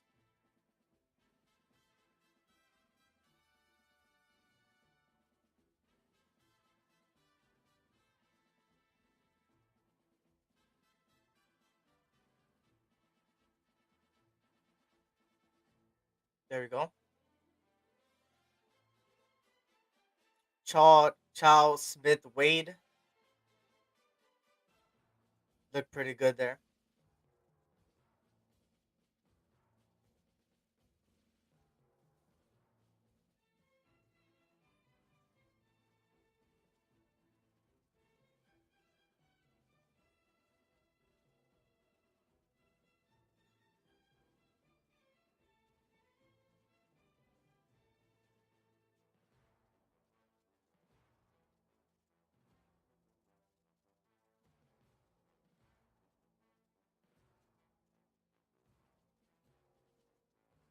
Ryan Watts.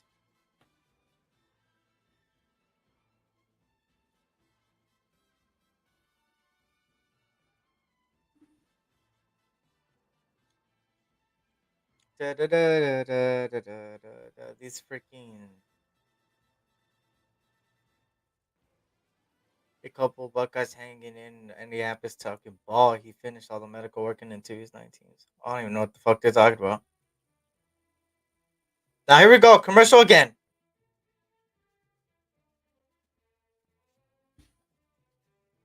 Commercial after commercial after commercial.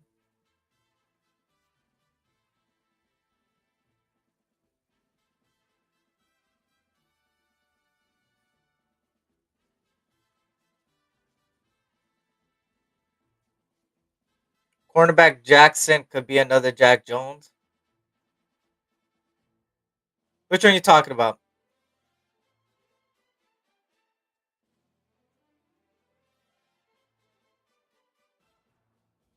Not that I want more Patriots on our squad. Cornerback Jackson. Oh, you're saying if he could be another Jack Jones. I see what you're talking about, JC Jackson. No. The difference between JC Jackson and Jack Jones is that, how do I say this? Hmm. JC Jackson started off with the Patriots, obviously. And he was coached really well by Bill Belichick, was one of the best corners. And I always said he was a system corner, right? I always said that, if that gets messed up, then his whole career is going to go to shit. He left the Patriots, went to the Chargers, got injured. I think he tore his ACL in like the second, third game, was out for the season, and then comes back to the Patriots through a trade. And now we've seen what happened with Bill Belichick, right? He got fired or whatever, he got let go. It kind of shows you that there was really nobody to help JC Jackson when he went back to New England. So he did that again. I think he got injured again, if I'm not mistaken. And then there, boom.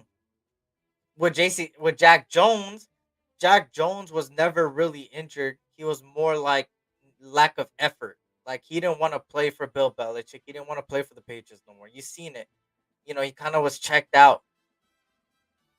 And then when he came over here, obviously Antonio Pierce was somebody that coached him before.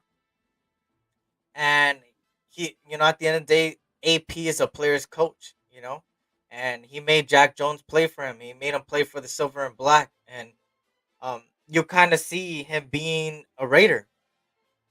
You kind of see him being a Raider because, no, not kind of, actually. I mean, you see him as a Raider because he's doing things like on Instagram, right? For instance, this is something little, right? It's probably something funny at the end of the day. He was looking at New England versus the Raider game where the Raiders won, and he was laughing at all the Patriot players. Like he was pointing at the Patriot players, laughing at them on the IG video. And then he goes, and then he goes, and then he goes, now I'm on the other side. Kind of laughing. And that's like a Raider. You feel me? It's like, you kind of see it. Coming off an injury can take a season, and a change of scenery, different scheme can do wonders for potential talent. I just don't think he'll work with us. In my opinion, I don't think he'll work with us. But, that could be somebody that you get on a cheap deal, right? If you could get him on a cheap deal, then hey, it doesn't hurt, right?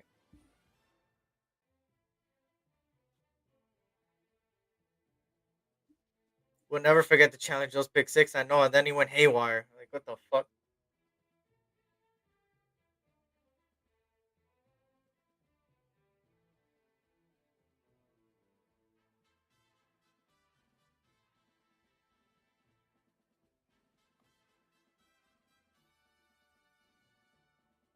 Let me see.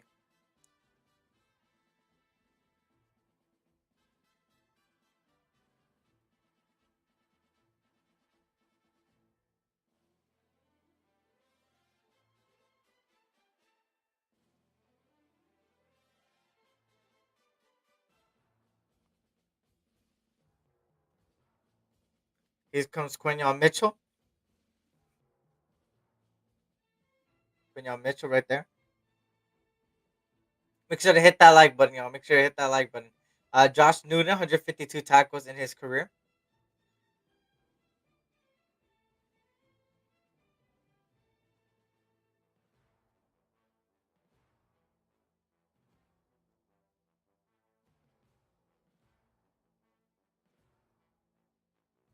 Three game-winning drives. Adams game-winning touchdown. Jacobs probably biggest run of his career, and then Chandler Jones. That's a fact.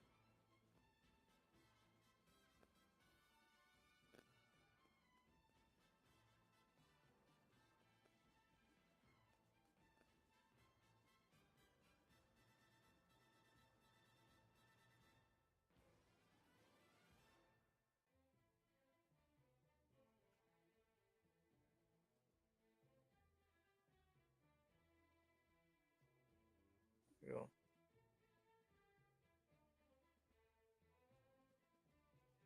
Mike Sainstro here, 6 interceptions in 2023, tied for third in FBS.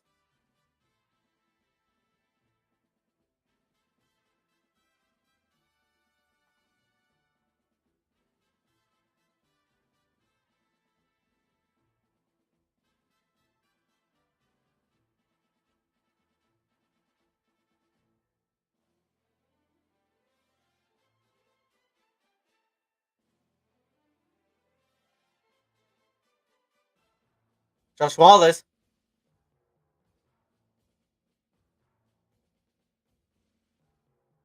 Ryan Watts.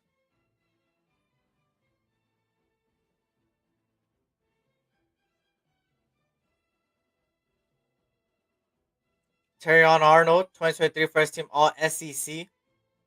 SEC.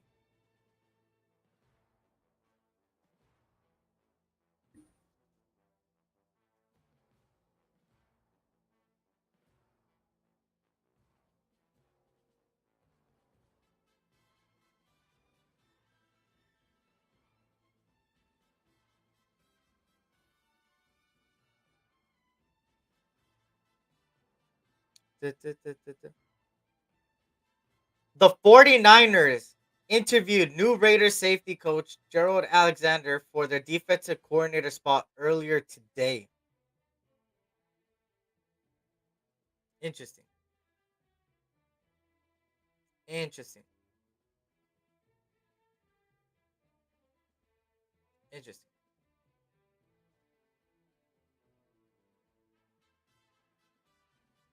No idea. Lakers in 5. No idea. He was supposed to come on. I don't know where he's at. I do not know where he's at, man. I wished I knew.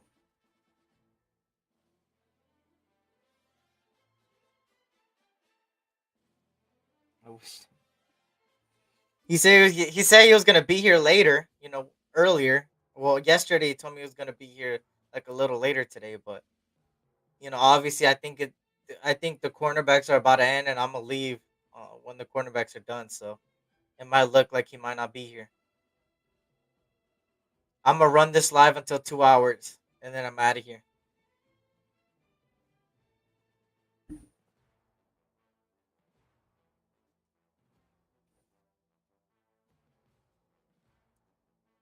We got 20 more minutes.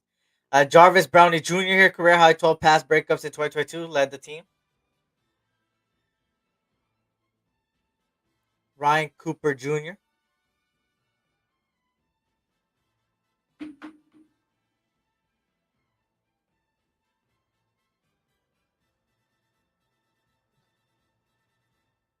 MJ interceptions, 24 pass breakups in career.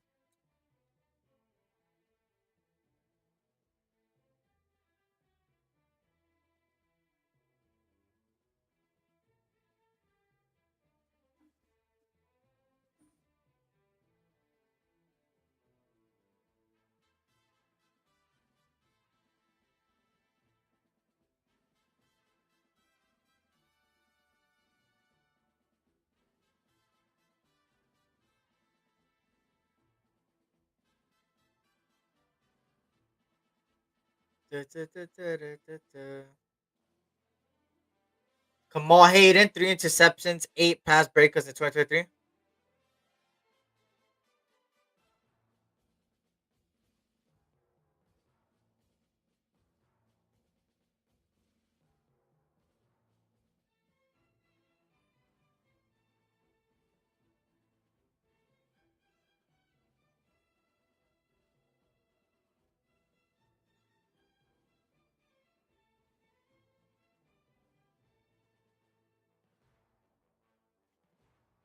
Daquan Hardy, there, 5 interceptions, 20 pass breakups in his career.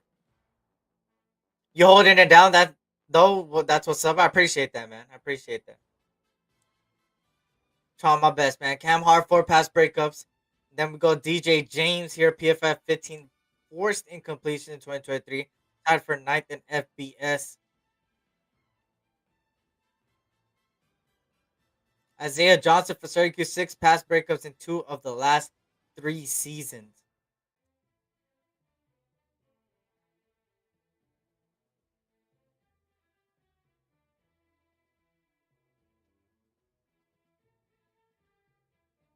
But yeah, it should be ending in the next 18 minutes, maybe. Elijah Jones, 18.1 passer rating allowed there. PFF 25.3 passing allowed in coverage in 2023. And I'm not sure. I think Twuan is backstage, y'all.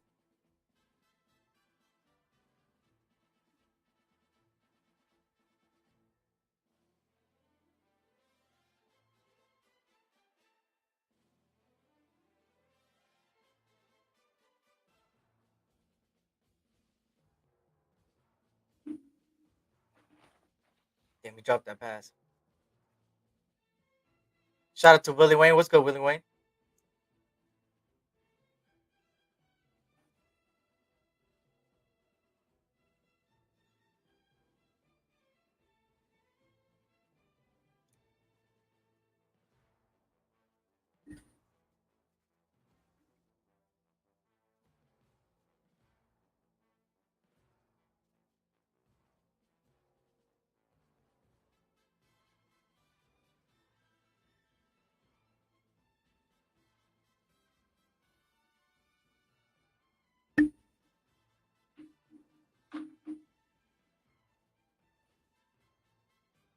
Mm, I think he's ready. I think he's setting up. What up, Prez? What up, Prez?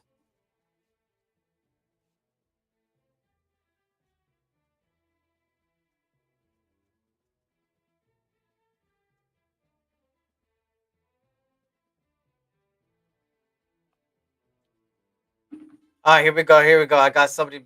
You know, you guys already know who it is, man. My boy Twuan finally joined us. Oh shit! Hold on. There we go. Hey, what's I was, good? I What's was party good? ended it a little bit. I was like, "Where's Twuan, man? Shit." Hey, look, hey, we we all got situations in life, so Yeah, I had exactly. had to take care of that. That's more important than More this, but important. definitely this combine is important. Yeah, yeah, Blessings yeah. to everybody. I appreciate you for stopping by, man. Hey, y'all asked, y'all shall receive right here, man. Just talking about Twuan in the building now. Twan Hey, in the hey, building. hey, what we got? What we got? Who was looking good? Well, Nate Wiggins was looking good in the 40-yard dash. The guy ran a 4.29, bro. It says 4.28 there, but he ran it and then got injured. His groin. He I, running it. Mhm. I saw the notification come through, through my phone. So I definitely caught that. I think, to be honest with you, after him running that 2.9 or 2.8, whatever you want to call it, I think he would have hung it up anyway. You know what I'm saying? Introducing unbeatable value Yeah. for all When you have businesses. somebody Get of, the new of that, titanium iPhone 15 Pro Max on us hit and that so mark, much more. Premier it can unlimited definitely plans. be a definite boost for them. So sometimes they agent says, "Hey, you ran a 4.2, hang it up." Yeah. You know what I'm saying? We'll move on, and that might have been the case anyway. So we'll see. We'll see. Why is it not? Oh my god! I clicked out of it. Give me a second. Let me fix this, y'all, real quick. Let me fix this for you guys, real quick. Let me go to Combine Live. Let me go here. Let me go here. Shout out to everybody in the chat. Why is it not letting me? What the hell?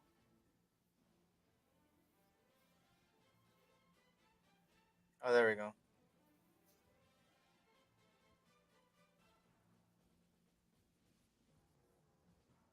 Mm-hmm. There we go. AOC. Shout out to Vic Sacramento. What's good?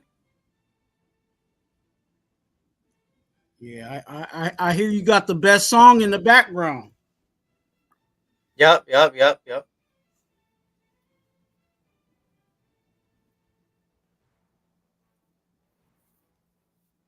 Yeah. Let's see. So did they do all the drills yet, or are they still going through it? I think they still have another drill. They've already done 3, I believe. Okay.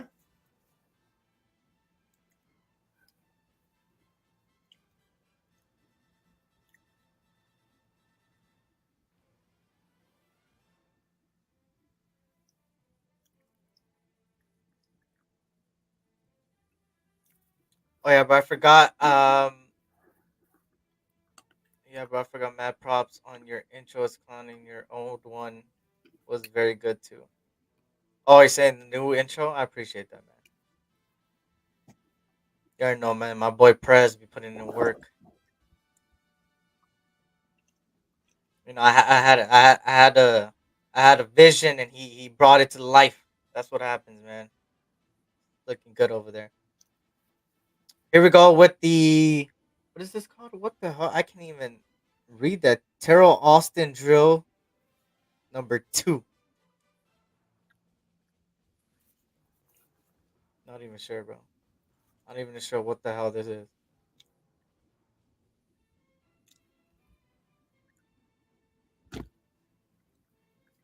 Okay, it's kind of similar like yesterday. The guy tells you go left, right, but the only difference is he'll say left, right, and then go catch the ball and intercept it.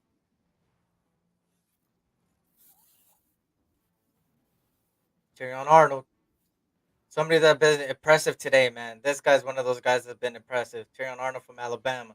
Hmm.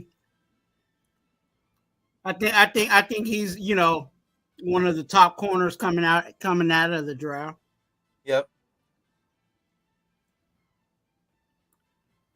Ryan Cooper Jr. from Oregon State goes here. 2-time All Pac-12 honorable mention. Look good there. So, would you draft a cornerback for the Raiders in the later rounds, Twuan? In the later rounds, yes, but not at 13. Okay. Any person in mind?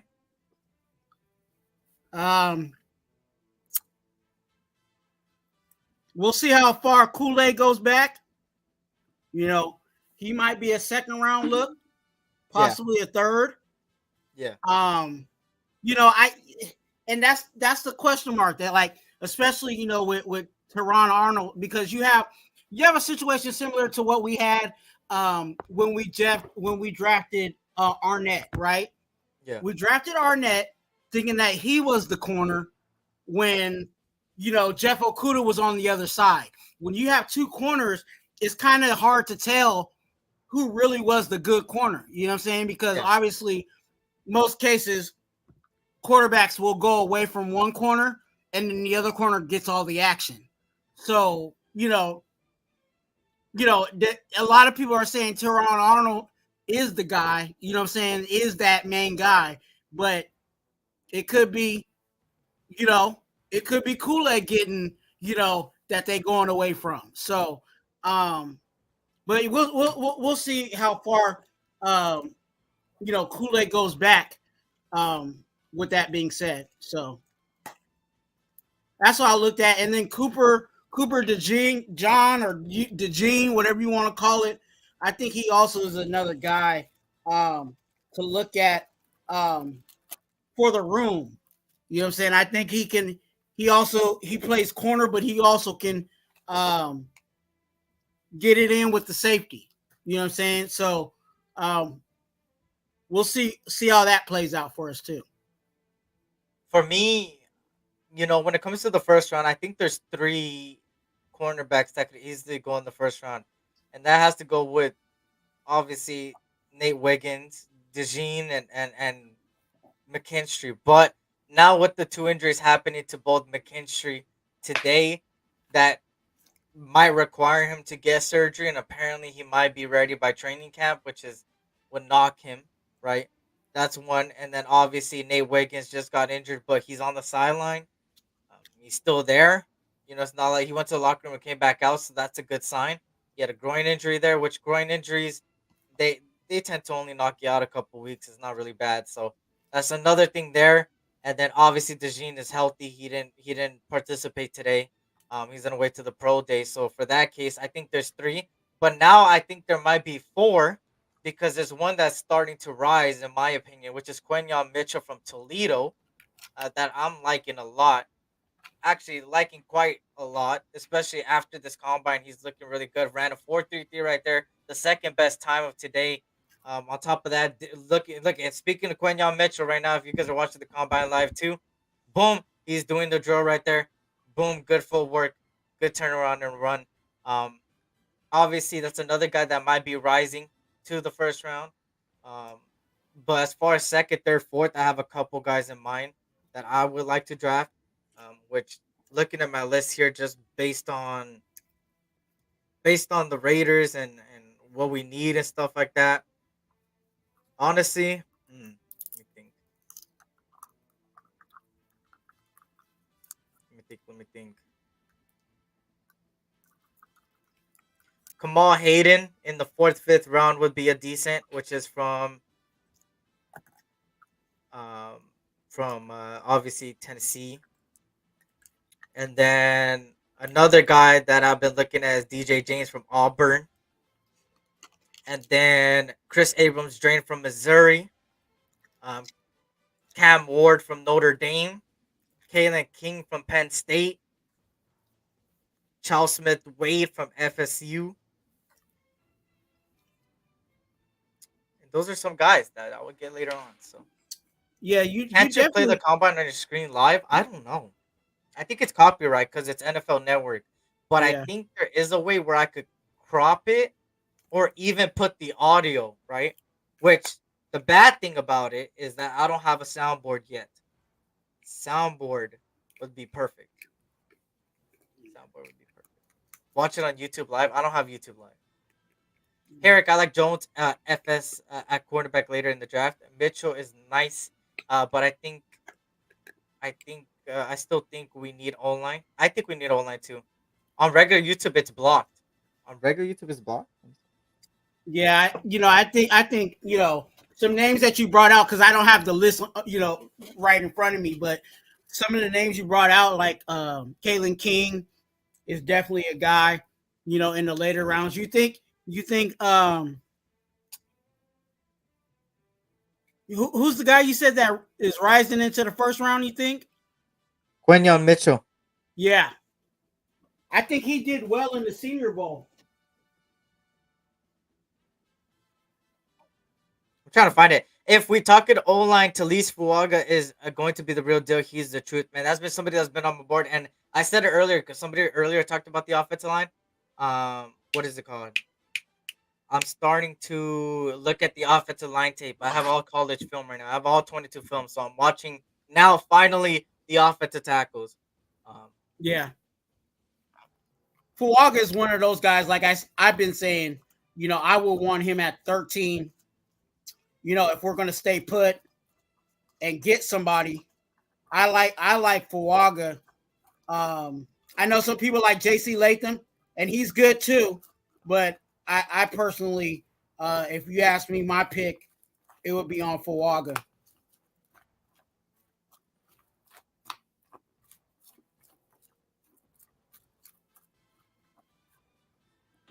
Fuck it, I was gonna end in 5 minutes, but you know what? I'm gonna go for a little bit more time, 30 minutes, because my boy Twuan jumped on.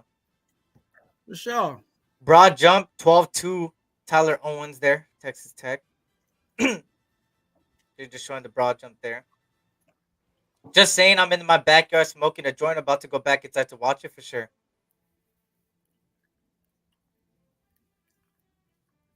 Yeah, we talked about Latu yesterday. Actually, man, I like Latu a lot, man, and he has some interesting words to say about Max Crosby. That he's gonna watch with film. He's gonna watch film with Max Crosby soon, which is pretty interesting. That he matches his game after him, and that he likes Max Crosby and everything he does. He's the truth, man. I hate UCLA, right? On the college spectrum, I'm a USC fan, but he's a heck of a player, man. Had a heck of a season. Was one of the best pass rushers of last year. Had 13 sacks, I believe. Or I think he had more than that. But yeah.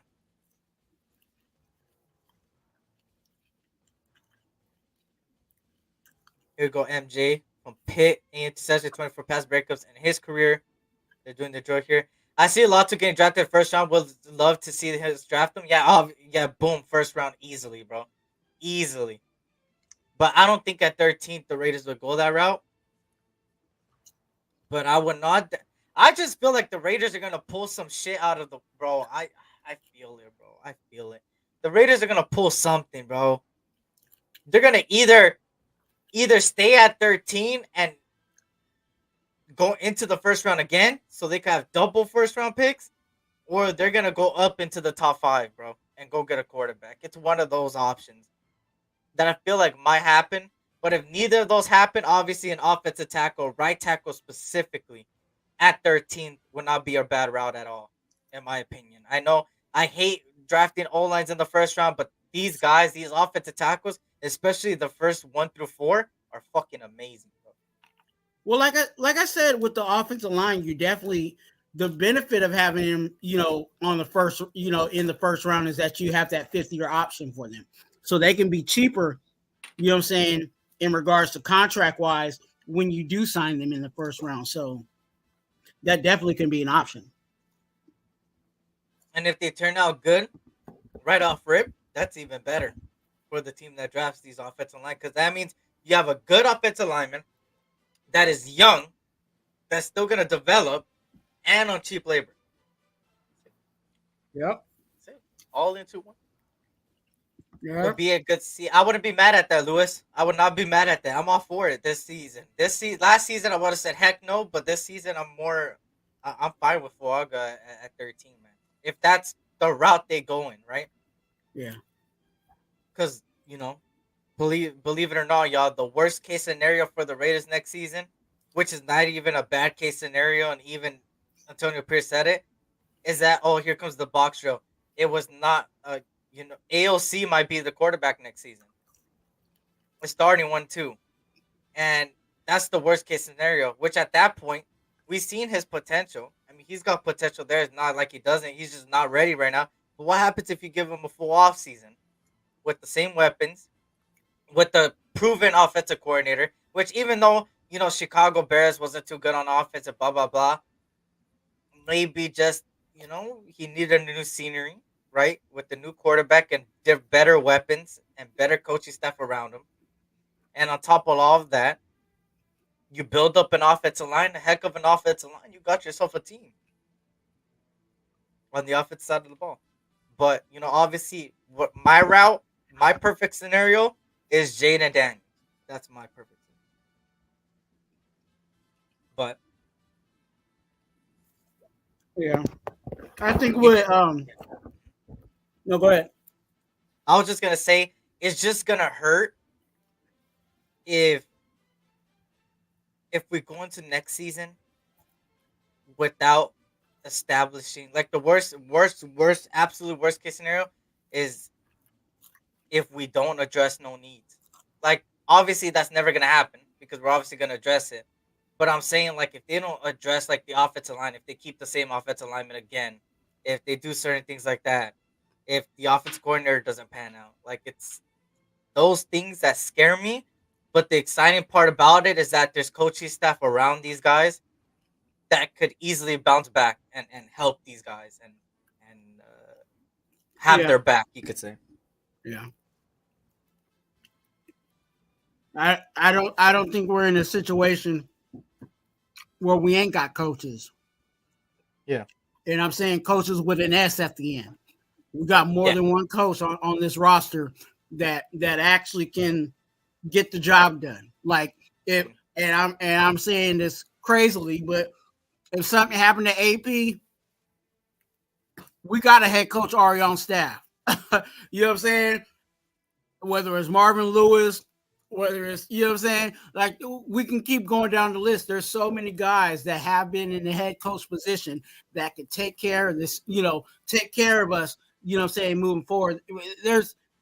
I think every box has been checked off in regards to our coaching staff. And again, you just need to get the players in here. And I think, do it like you said. I think we will address those needs in free agency and in the draft. And I know someone else was talking about Latu. Latu looked really good yesterday. He really did look good. He made some noise for himself.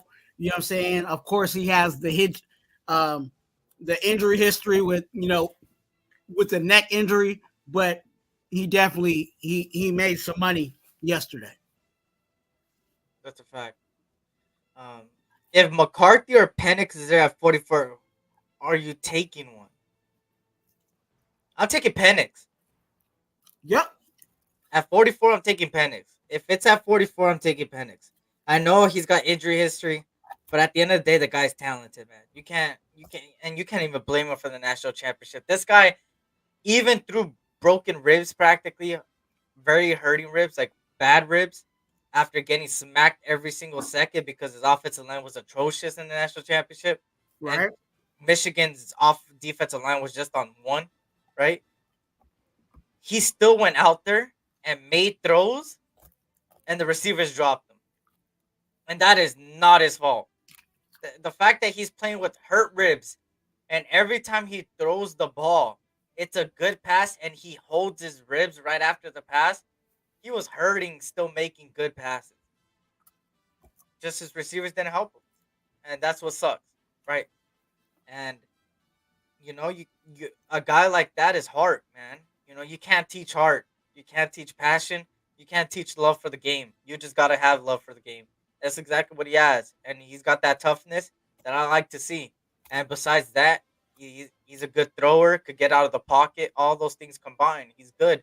His tape shows it. Yeah, he's had a couple bad games, but what quarterback hasn't, right?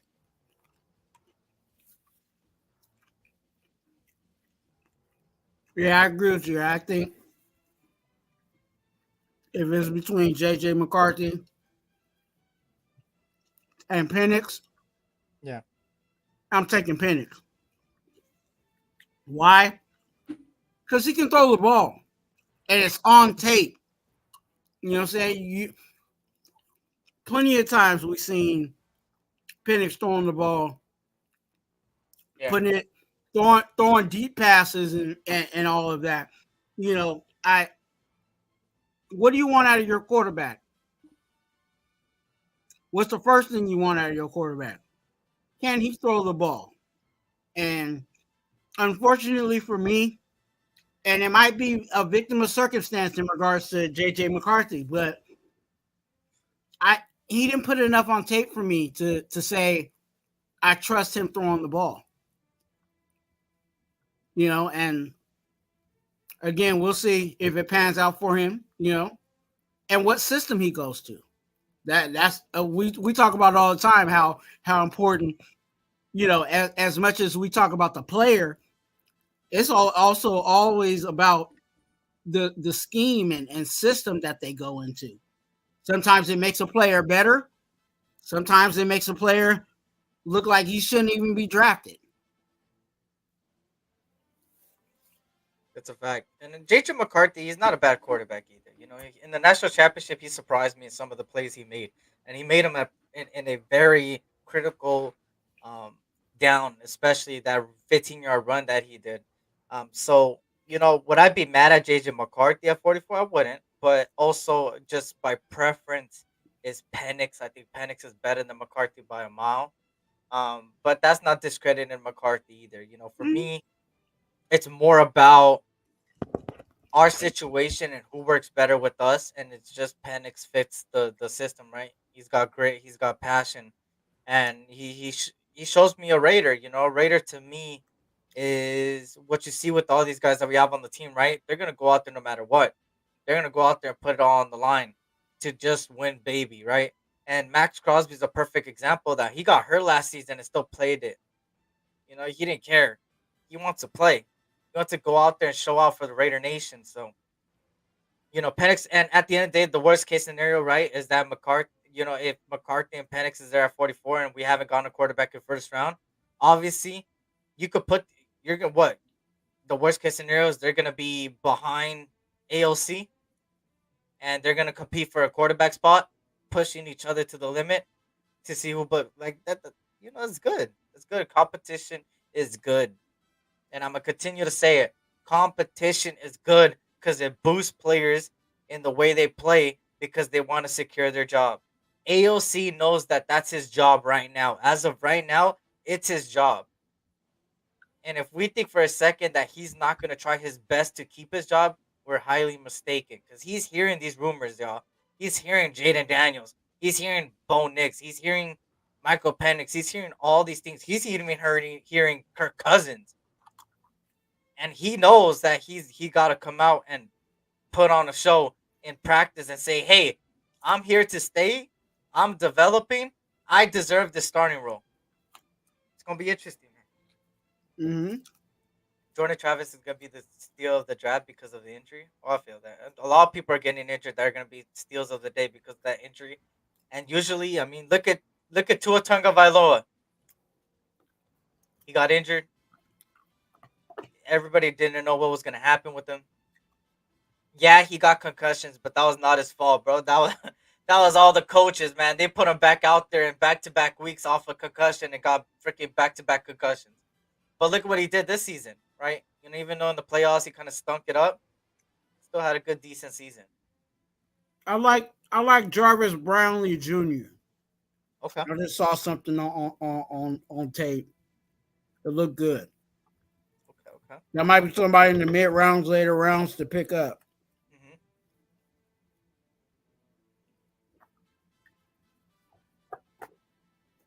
Coming out of Louisville. At 77. What? At 77, did you see yesterday any defensive line or linebacker you like? What do you mean by at 77? Am I tripping? Am I reading it right? Did you see yesterday any D line or linebacker you like? Defense alignments, I like quite some bit, which let me actually show you. Third round. Oh, you're talking about third round. Oh, bet. Okay, I got you. So looking at this, right? Y'all see it right there on your screen right there. I'm going to show you guys physically too. I really like Chris Jenkins. I really like Byron Murphy, Brandon Fisk. I like Tavondre Sweat. But I think if you're talking about the third round, obviously later rounds, I forgot who Leonard Taylor the third could be there possibly. I like Mason Smith from LSU that hopefully could skip by the second round. It's just a lot of these guys are like second round guys. Let me actually check my actual list that I have right here. But even in the second round, and being really honest with you, like some of these guys were saying in the second round, some of these guys may, because of people picking stupidly, or of course, some people reach, like they might slide to the third round. So some of these guys were saying in the second round could definitely slide to the third round. Yeah. Let me actually check my list for you guys, man, because I have a couple of players on my list. I forgot who I said yesterday. It was just someone that popped out on me.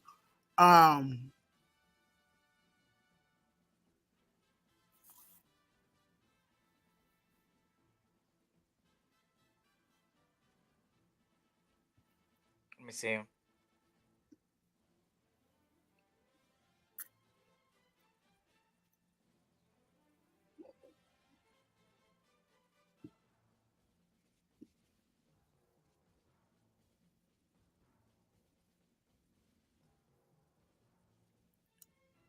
Brandon Dorless from Oregon.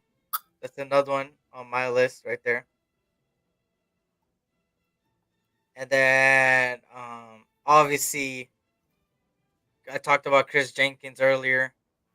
And then Evan Anderson. I'm looking at DBs, looking at Nehemiah Pritchett. Okay.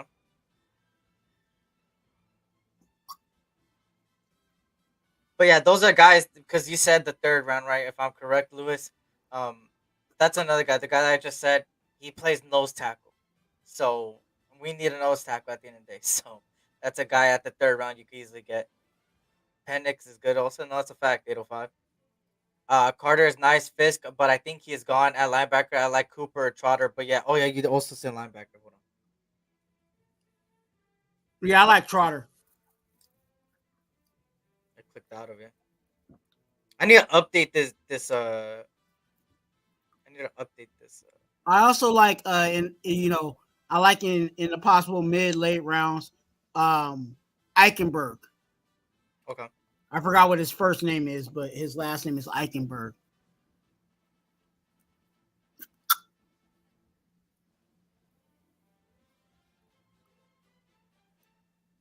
Cedric Gray, one of them that impressed me yesterday, which he might go up to the second though.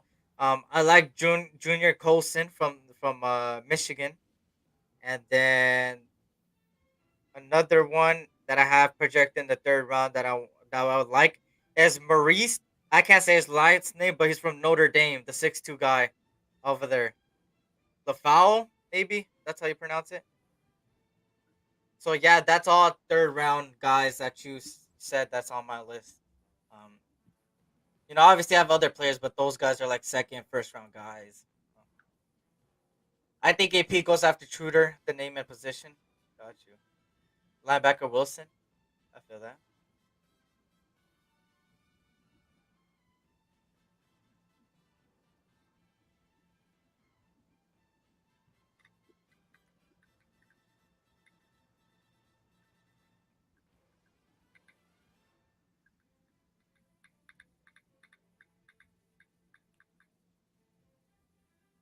I need a.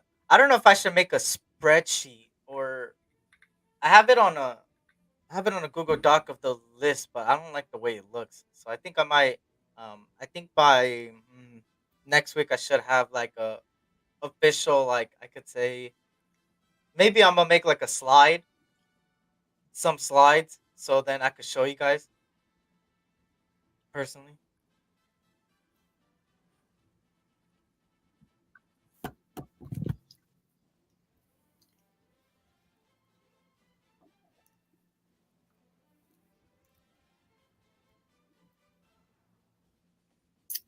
Ba-ba-da-ba-ba.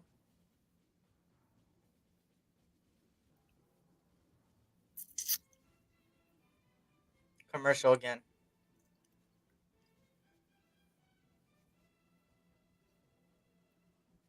Quinion Mitchell, huh? That boy's rising, man. He's a combine rise for me, man. For damn sure.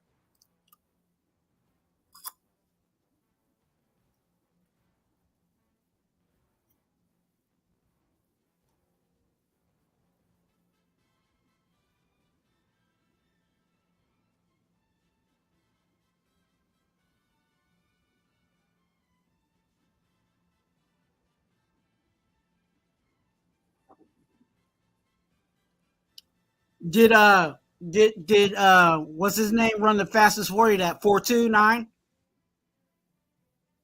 Was What that the about him? fastest one? Yeah, that's the fastest one.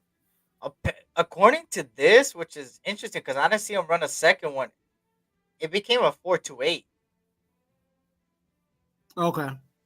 So I mean, because they have the unofficial, so they could have been like, okay, we're off a little bit, or what I'm saying, they when they went back and double checked, it actually was a little faster than fast. they clocked. Yeah. When they go back, they check it. Not sure if you talked about it already. You hear all the stuff about Caleb Williams talking ownership on team he gets on, plus not giving medicals unless he actually is invited to a team. Marvin Harrison Jr. is doing it too. The Ohio State receiver. And to me, I hate that it's happening because now it's gonna be a trend. And this hasn't happened before. Now, two players that are arguably number one in their significant positions have done that this year. And I just I don't know how I feel about people like these younger guys, man, making millions, talking about already owning a team and wanting part time when they're done. Like I don't like that shit. Like it's like, bro, go out there, make your money, treat your family good, your loved ones, whatever. Do whatever you need to do there Mm. and handle that stuff. At the end of the day, you're young. Like, have fun. You're earning millions. You got a lot of incentives and commercials and stuff like that. Go out there, treat your people right, be good, treat yourself right. You deserve it. Go out there, play football, and then at the end of your career, then talk about, hey, I wanna put some of my money into this, invest some of this in here. Not right now. Like first play your game. Like and I just can't believe some ownerships are actually letting this happen. Kind of disappoints me. You think that early college endorsements have something to do with it? 100%, bro. Yep. Who doesn't think he's talking ownership? How about you play first? That's a fact, man. Play first. I don't know. I don't like that personally. I'm a USC fan at the end of the day, and Caleb did a lot for us. But Even that, even yeah, Go ahead. Go ahead. Go ahead. Even our head coach talked about it. He talked about how these guys coming out. You know, I'll say it like this: when AP came out, he was trying to get a million. Yeah. You know what I'm saying? Some of these players now, they already got million. So they ain't tripping. Like, yeah, they want to play football. Yeah, it's a goal to make it to the NFL. But when they're already making millions, you act a little differently. You know what I'm saying? Instead of someone coming in hungry to go make that million. You know what I'm saying? What happens if I'm gonna say it in like Kelly Williams terms? What if I made millions and I already bought mom? You know what I'm saying? Because they always talk about I bought mom a house, right? I already bought mom a house, and she got the Mercedes she wanted. Like, what is the NFL to me? Just another thing that I check off. There's a bucket list that I check off the list. There's no hunger there, and I was for the NIL because I feel like they should get some kind of compensation, but I think there's a line, and it's got too far, and we're starting to see it where they're starting to demand things even before getting before even getting the contract. You're so focused and worried about your brand, but what kind of brand of football are you going to play? That should be the question. And I don't think, some of these guys, I don't think they're thinking about that. There's guys in history that had a brand. And where did that land them? What happened to Johnny Manziel? He had a great brand. But what kind of brand of football did he play? That kept him in the league. They got to think about that. So it's a cluster, and like you said, it's going to be a trend. What's going to happen when that fourth rounder, that fourth and fifth rounder start making demands?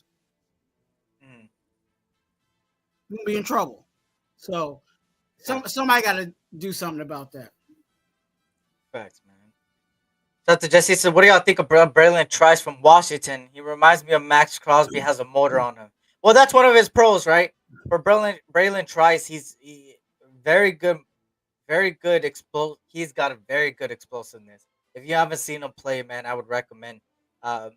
Very good explosiveness. Not only that, he also his first step could work a little bit better, but his explosiveness after is pretty damn well. His hand usage as well. The motor, obviously, one of his strongest suits. And then as far as a 3-4-4-3, he's better suited as a 3-4 guy. 3-4 his best, but he has the physicalness to play a 4-3 as well. And he reminds me of I see you said it reminds you of Max Crosby. You know who he reminds me of too? He reminds me of Rashawn Gary. I know Rashawn Gary. He reminds me a lot about him too. So I think he's a good player. I think late first or second. I mean, this guy he's like that low ceiling, high ceiling potential guy, right? It's like he's got that potential there. It's just he needs the right coaching around him to get there in the right system. And I think he'll work out good. I think he'll be a really good player in the NFL. I think he'll transition into the NFL pretty damn good. It's just a matter of time of what system he gets into. What system is he gonna go to? So I like Brandon Trust. What do you think about him? Do you know? You know what? I looked at him a little bit. I haven't dived in fully, but definitely I agree with you. I think he's more of a 3-4. You know what I'm saying? I think that would fit him really well. But hey, if he lands over here, you know what I'm saying? I know I trust the coaching staff that we have, and they'll put him in the place, they'll put him in a place for him to succeed.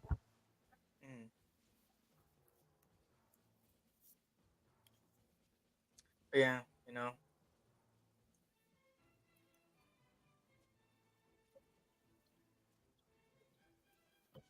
Dude, I hate that. Any words on when Jimmy G Shock getting leased yet? What is the deadline? The deadline is June 1st. But I would say that there would be how do I say it? There would be a release of a player in the next 2 weeks. I think now you're starting to see a lot of teams cut some Pro Bowl guys, y'all. Kevin Byard today, gone. Logan Thomas, the tight end from Washington, gone. Marcus May from the Saints, gone.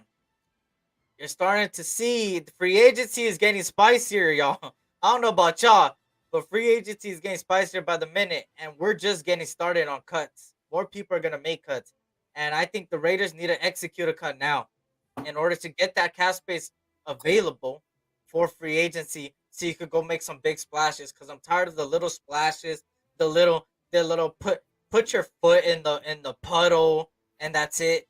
No, it's time to go big or go home. It's time to, hey, we're the Raiders. We gonna show you the Raiders. We gonna make some splashes, and we gonna come out. At the end of the day, y'all, remember what Al Davis said, man. Remember what he said. And I think I seen it on IG like 3 weeks ago. That I think it was Lunatic. I think it was Raider Legion's Lunatic. Shout out to him. I seen his IG post or something, and he brought up a good point, man. You know, when you hear Al Davis talking, it's even on my intro, right? The commitment to excellence, you get the great players, great coaches. Come on now, you got the coaches. You're bringing head coaches. Now, what is it time for? The great players. And that's exactly what's happening. Like, it's not like we're just saying it just to speculate. It's actually happening. Like, he's actually doing it the Raider way. He's doing exactly how Al Davis envisioned the commitment to excellence. That's how Antonio Pierce is going about things. You're seeing it right in front of your eyes, right? A great organization. Actually, let me see if I can find.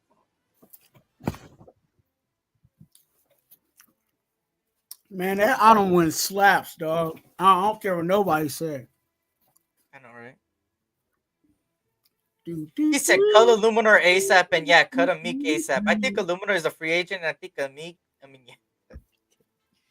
You know, I'm done talking about Amik, you feel me?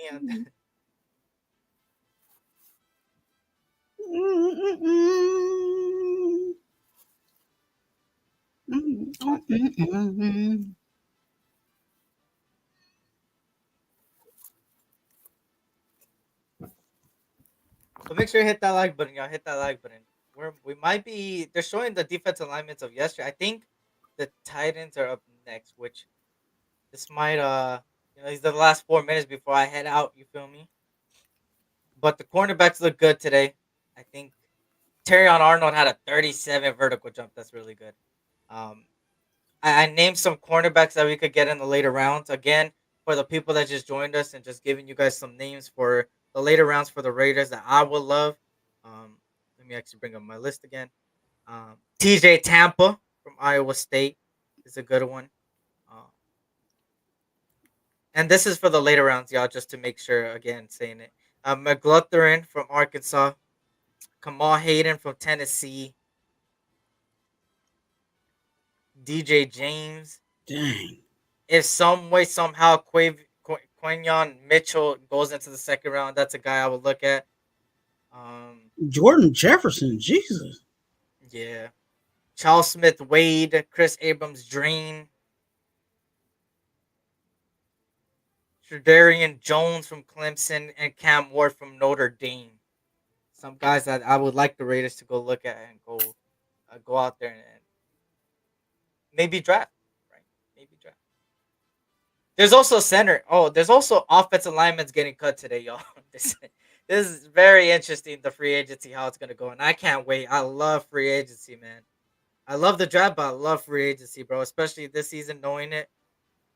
Let me see if I could pop it up. I seen it earlier. Yeah. Well, I mean, a lot of them are, a lot of these cuts is because of their contract. You know what I'm saying? I don't think it's not a lot of them. Yeah. The majority of them is because their team can't afford it. Even on top of everybody getting 30 million. You know what I'm saying? Like that. Some of these teams, they just can't afford it. So they got to let him go. That's a fact. It's the contracts 100%.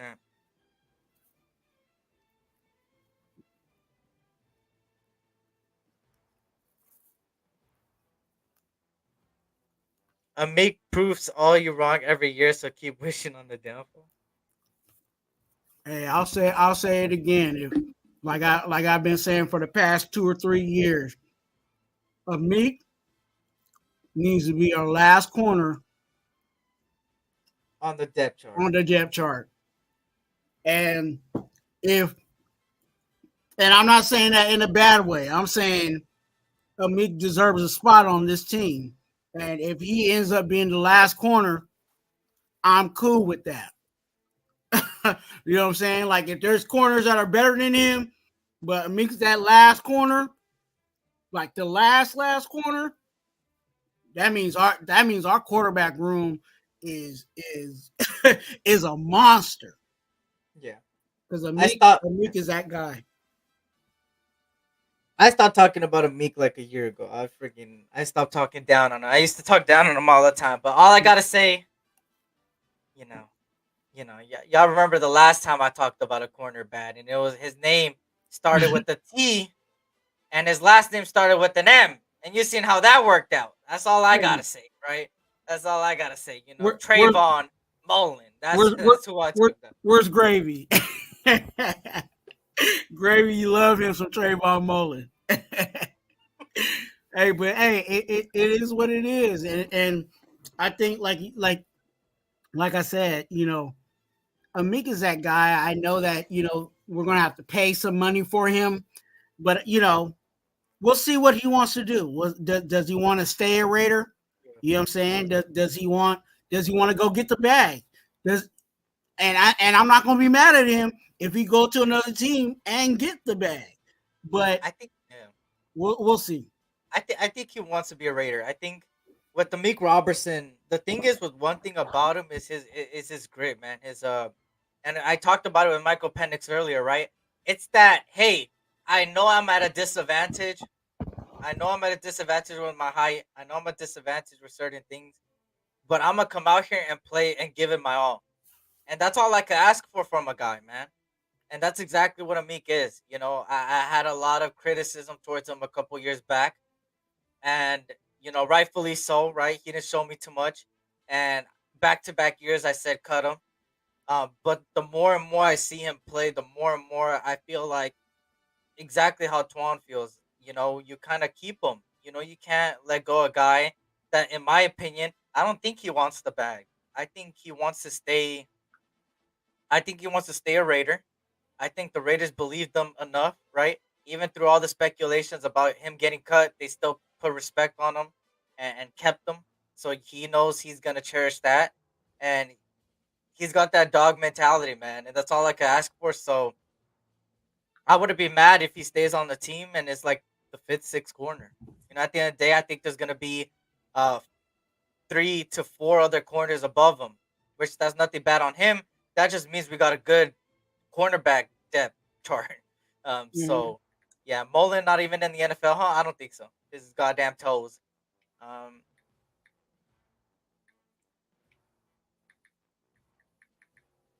Do you guys really think Meek will be a starter in another team? No, 100% no. No. 100%. But am I going to be mad at it if he's the second, third, or fourth coming off the line? No, not at all. I think that's where Amik is. I think he really is. He's never going to be a number one, but can he be a fringe 2, 3 possibly on another roster? I think so. He's still going to play some snaps. That's 100%. He's still going to play snaps. And I think with Amik, especially with us, there's a certain swagger here. There's a certain vibe here. There's a certain culture here. And when you think about it, Amik fits all of that. And because of that, he fits. Like it's going to be tough for me to say, oh, Amik would be a good fit over on that other team. You know what I'm saying? Like, I'm gonna be honest with you. It might hurt a little bit, even though he's not the main dog. You know what I'm saying on this team in regards to defense.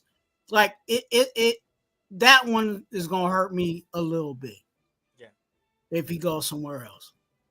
I think Amik. I always said this about Amik. His pros. His pros have been his blitzing ability, his ability to tackle, his ability in open play, and his coverage wasn't always the greatest. It was good, really good in college, but when it comes to the NFL, it's a whole different ball game.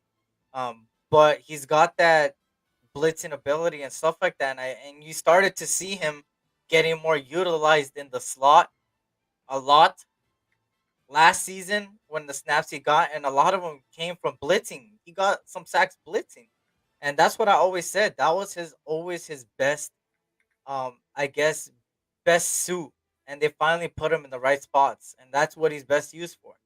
Um, and hey, all you got to do is play your role. You play your role, you're good. That's it. Play your role. That's it, and that goes for any team. That goes for any position, any player, any team. You just play your role. General managers are going to play the role. Head coaches are going to play the role. Offensive coordinators are going to play the role. The quarterback's going to play the role. The wide receivers are going to play the role. The running backs, tight ends, cornerbacks, offensive linemen, defensive linemen, safeties. Everybody's going to, linebackers, they're going to play the role. And that's all you could ask for a player. So, obviously, we'll be good. Amika's good depth. He proved he has dog in him, though. That's a fact. Shout out to All Eyes on G, man.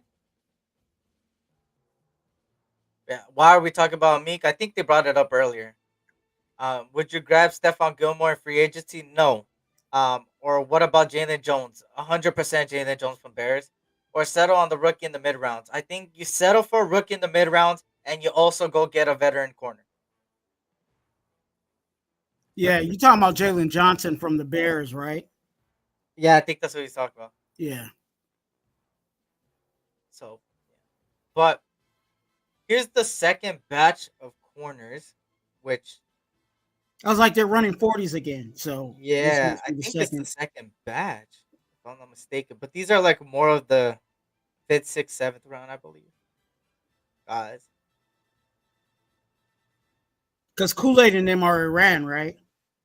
Kool-Aid is not participating. He Well, got I'm injured. just saying that group. Oh, right? yeah. Those Arnold other notable ones. Yeah. So this is pretty much like the second batch of players, I mean, it's good to look at these because again, if we want to look at corner in the later rounds, well, hey, they've kind of grouped it for you. Like, hey, these might possibly be guys, and some of these guys are running 4.4s. So facts, man. Javon Bullard. Actually, Javon Bullard is pretty damn good from Georgia. It's his 40-yard dash. And he started too early. But Dave Canales. Oh, I forgot the Panthers have a new head coach, huh? I didn't even know that. Let me see. Let me zoom this in. what are your thoughts on Raheem Morris? Where did he go? He went to Atlanta.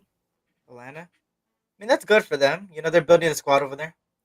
I mean, Atlanta Falcons are trying to do what they can because they know the division they're in is open, bro. We thought the Saints were gonna take it all the way last season. Instead, it was Tampa Bay. Now you got the Falcons right on your tail. That they have a lot of young, talented players. Drake London, right? Obviously, Drake London. You have Brian Robinson, Bijan Robinson, my bad. And then, obviously, you got all these young guys that are starting a young defense, too, at that.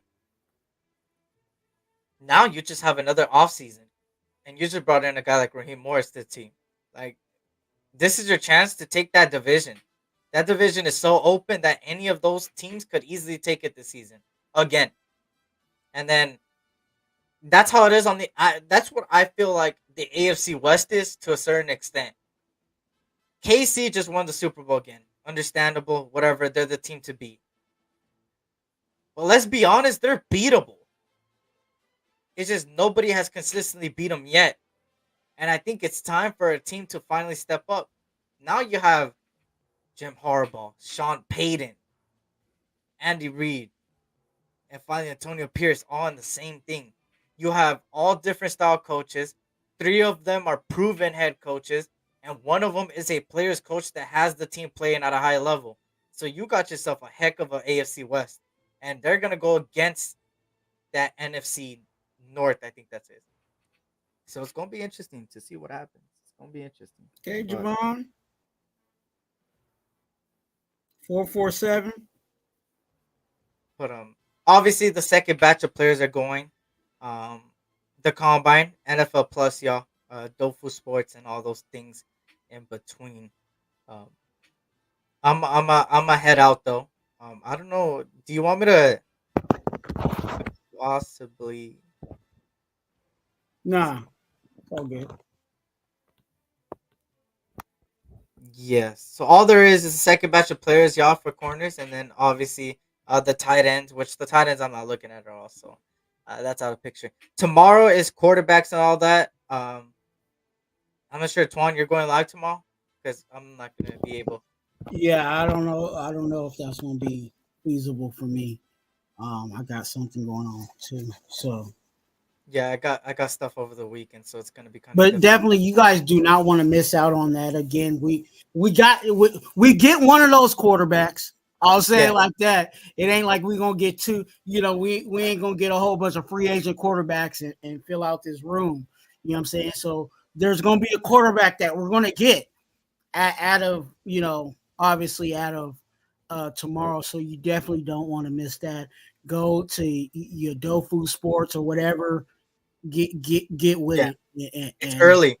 Come It's early. back and let us know. Stay tuned because we might be live after. You know what I'm saying? So come with the names and we'll definitely be talking about it. Facts. Did you talk about Lombardi talking mess on AP? No, but we all feel the same way Antonio Pierce fears, where it's like we ain't go change for nobody. We ain't go care. We don't really care. And at the end of the day, Al Davis said it himself, bro. This guy has been jumping fucking media to media, not getting a job. The guy just talks shit on the Raiders just to talk shit, bro. And it is what it is, It's disrespectful, but at the end of the day, who is he? Who is he? uh, I don't even know who he was till yesterday. And I'm being honest. I'm being 100% honest. It's not, 100%. I'm dead ass. Maybe I was living under a rock, but, at the end of the day, he could talk whatever he wants to talk. He's just salty and never got good with the Raiders. So that's what it is, man. And, AP is going to do what AP does, and it's try to be humble and do it the Raider way, man. You feel me? Because the Raider way Lombardi was talking about, I don't know what the fuck he was chatting about, bro. He literally talked about his if you guys heard his explanation on the Raider way, it's an explanation of just how the NFL is, where you get players to fit your system. That's not the like that. That's just generalization. That's not even the Raider way. So I don't know what Raider way he was talking about, bro. I really don't know, but obviously he doesn't know our culture. So as long as us Raider fans know our culture, man, we don't care about nobody else, man. And that's how the Raider way is. We don't care about nobody else but ourselves, and it's us against the world. So yeah, on that note, y'all, you feel me? Oh wait, let me put us like this. There we go. On that note, y'all, another 2-for-1 Nation podcast combine, man. Defensive backs, tight ends, but defensive backs today, man. Some interesting defensive back prospects. I can't wait for later on today. I'm gonna go watch some film. Tomorrow, I'm excited. I mean, sucks that I don't get to go live for it, but quarterbacks, running backs, wide receivers, it's gonna be interesting. I love the wide receiver classes here. I love it. Like that's my favorite. Besides the quarterback class and the corner class, I love the wide receiver class this year. And I know we're not targeting a wide receiver, but I would like it. These Right. receivers are good, man. So even in the later rounds too, not just in the first round. So obviously, and then shout out to Roma Dunze. He said he likes to replicate Devontae Adams and wants to be like Devontae Adams and all this stuff. So that's a guy that I've been favorited. So on that note, y'all, shout out to John Reddy. Says AP told new GM to draft the quarterback no matter what happens. Trade up, I don't care. Hey, we gotta do it, man. Scared money don't make money.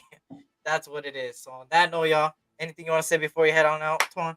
Man, shout out to everybody out there. Make sure, and I'm saying this for both of us, go ahead and subscribe to SE. You know what I'm saying, and definitely want to subscribe to RaiderTwuan. We're gonna keep it moving and grooving for y'all. Stay tuned, because I actually will be dropping a video on my thoughts in regards to Michael Lombardi and what he said against AP. So definitely stay tuned for that. And I got some other stuff. Again, I told you I'm cooking some stuff up. I already released something. So definitely stay tuned for Tuesday. And if you go to my channel, you'll see what I got scheduled on Tuesday. So be ready for that, because I'm bringing some content even in the off season. So definitely you want to subscribe and be a part of that. And for me, obviously, I've been talking about it for a very long time, and it's time to execute it. I'm gonna try to get it done over the weekend so I could drop in Monday, Tuesday, or Wednesday. But videos are coming soon to the to SC Raiders Talk. I haven't been doing too many videos. I think I've only done 2 in my 3-year span of YouTube, or like 3. Now it's time to do multiple. So now that I'm not always going live, I'm gonna always have videos to drop. So that's gonna be the plan. I'm gonna try to get some YouTube shorts on. Like I said, I talked about it before. Draft profiles with all 22 films, so you guys show you a little less than 60 seconds or maybe 60 seconds of a certain player, and I'm gonna drop it in a community post on what players you guys would like me to do a pros and cons and player comparison and all 22 film in the 60-second span, and then I'll look over it and do all that. So stay tuned for that. And again, free agency is right around the corner. 2 weeks. 2 weeks, y'all. Actually, 10 days from now, y'all. 10 days from now, the tamper period happens where they could talk to whoever. I mean, talk whatever, but no accepting contracts or whatever. Then it's the 13th where it's like, hey, now it's time to. And on that, last year I did the SC morning hours for 7 hours, 6 hours a day. Well, it's not the same SC as last year. So, meaning I will most likely go live every free agency day for an hour and a half to talk about if the Raiders sign somebody. That's only if the Raiders sign somebody that day. So that's what's going to happen. Stay tuned for that. And again, blessings, guys. Blessings, blessings, blessings. I appreciate you guys. And again, I'm going to say this ahead of time. I was supposed to do 4 days in a row, but some things came up over the weekend, so I got to handle some stuff over the weekend. Hopefully, I could go live after the combine. We're going to see. Regardless, remember, every Thursday, 2:30 p.m. Pacific Standard Time, 5:30 p.m. Eastern.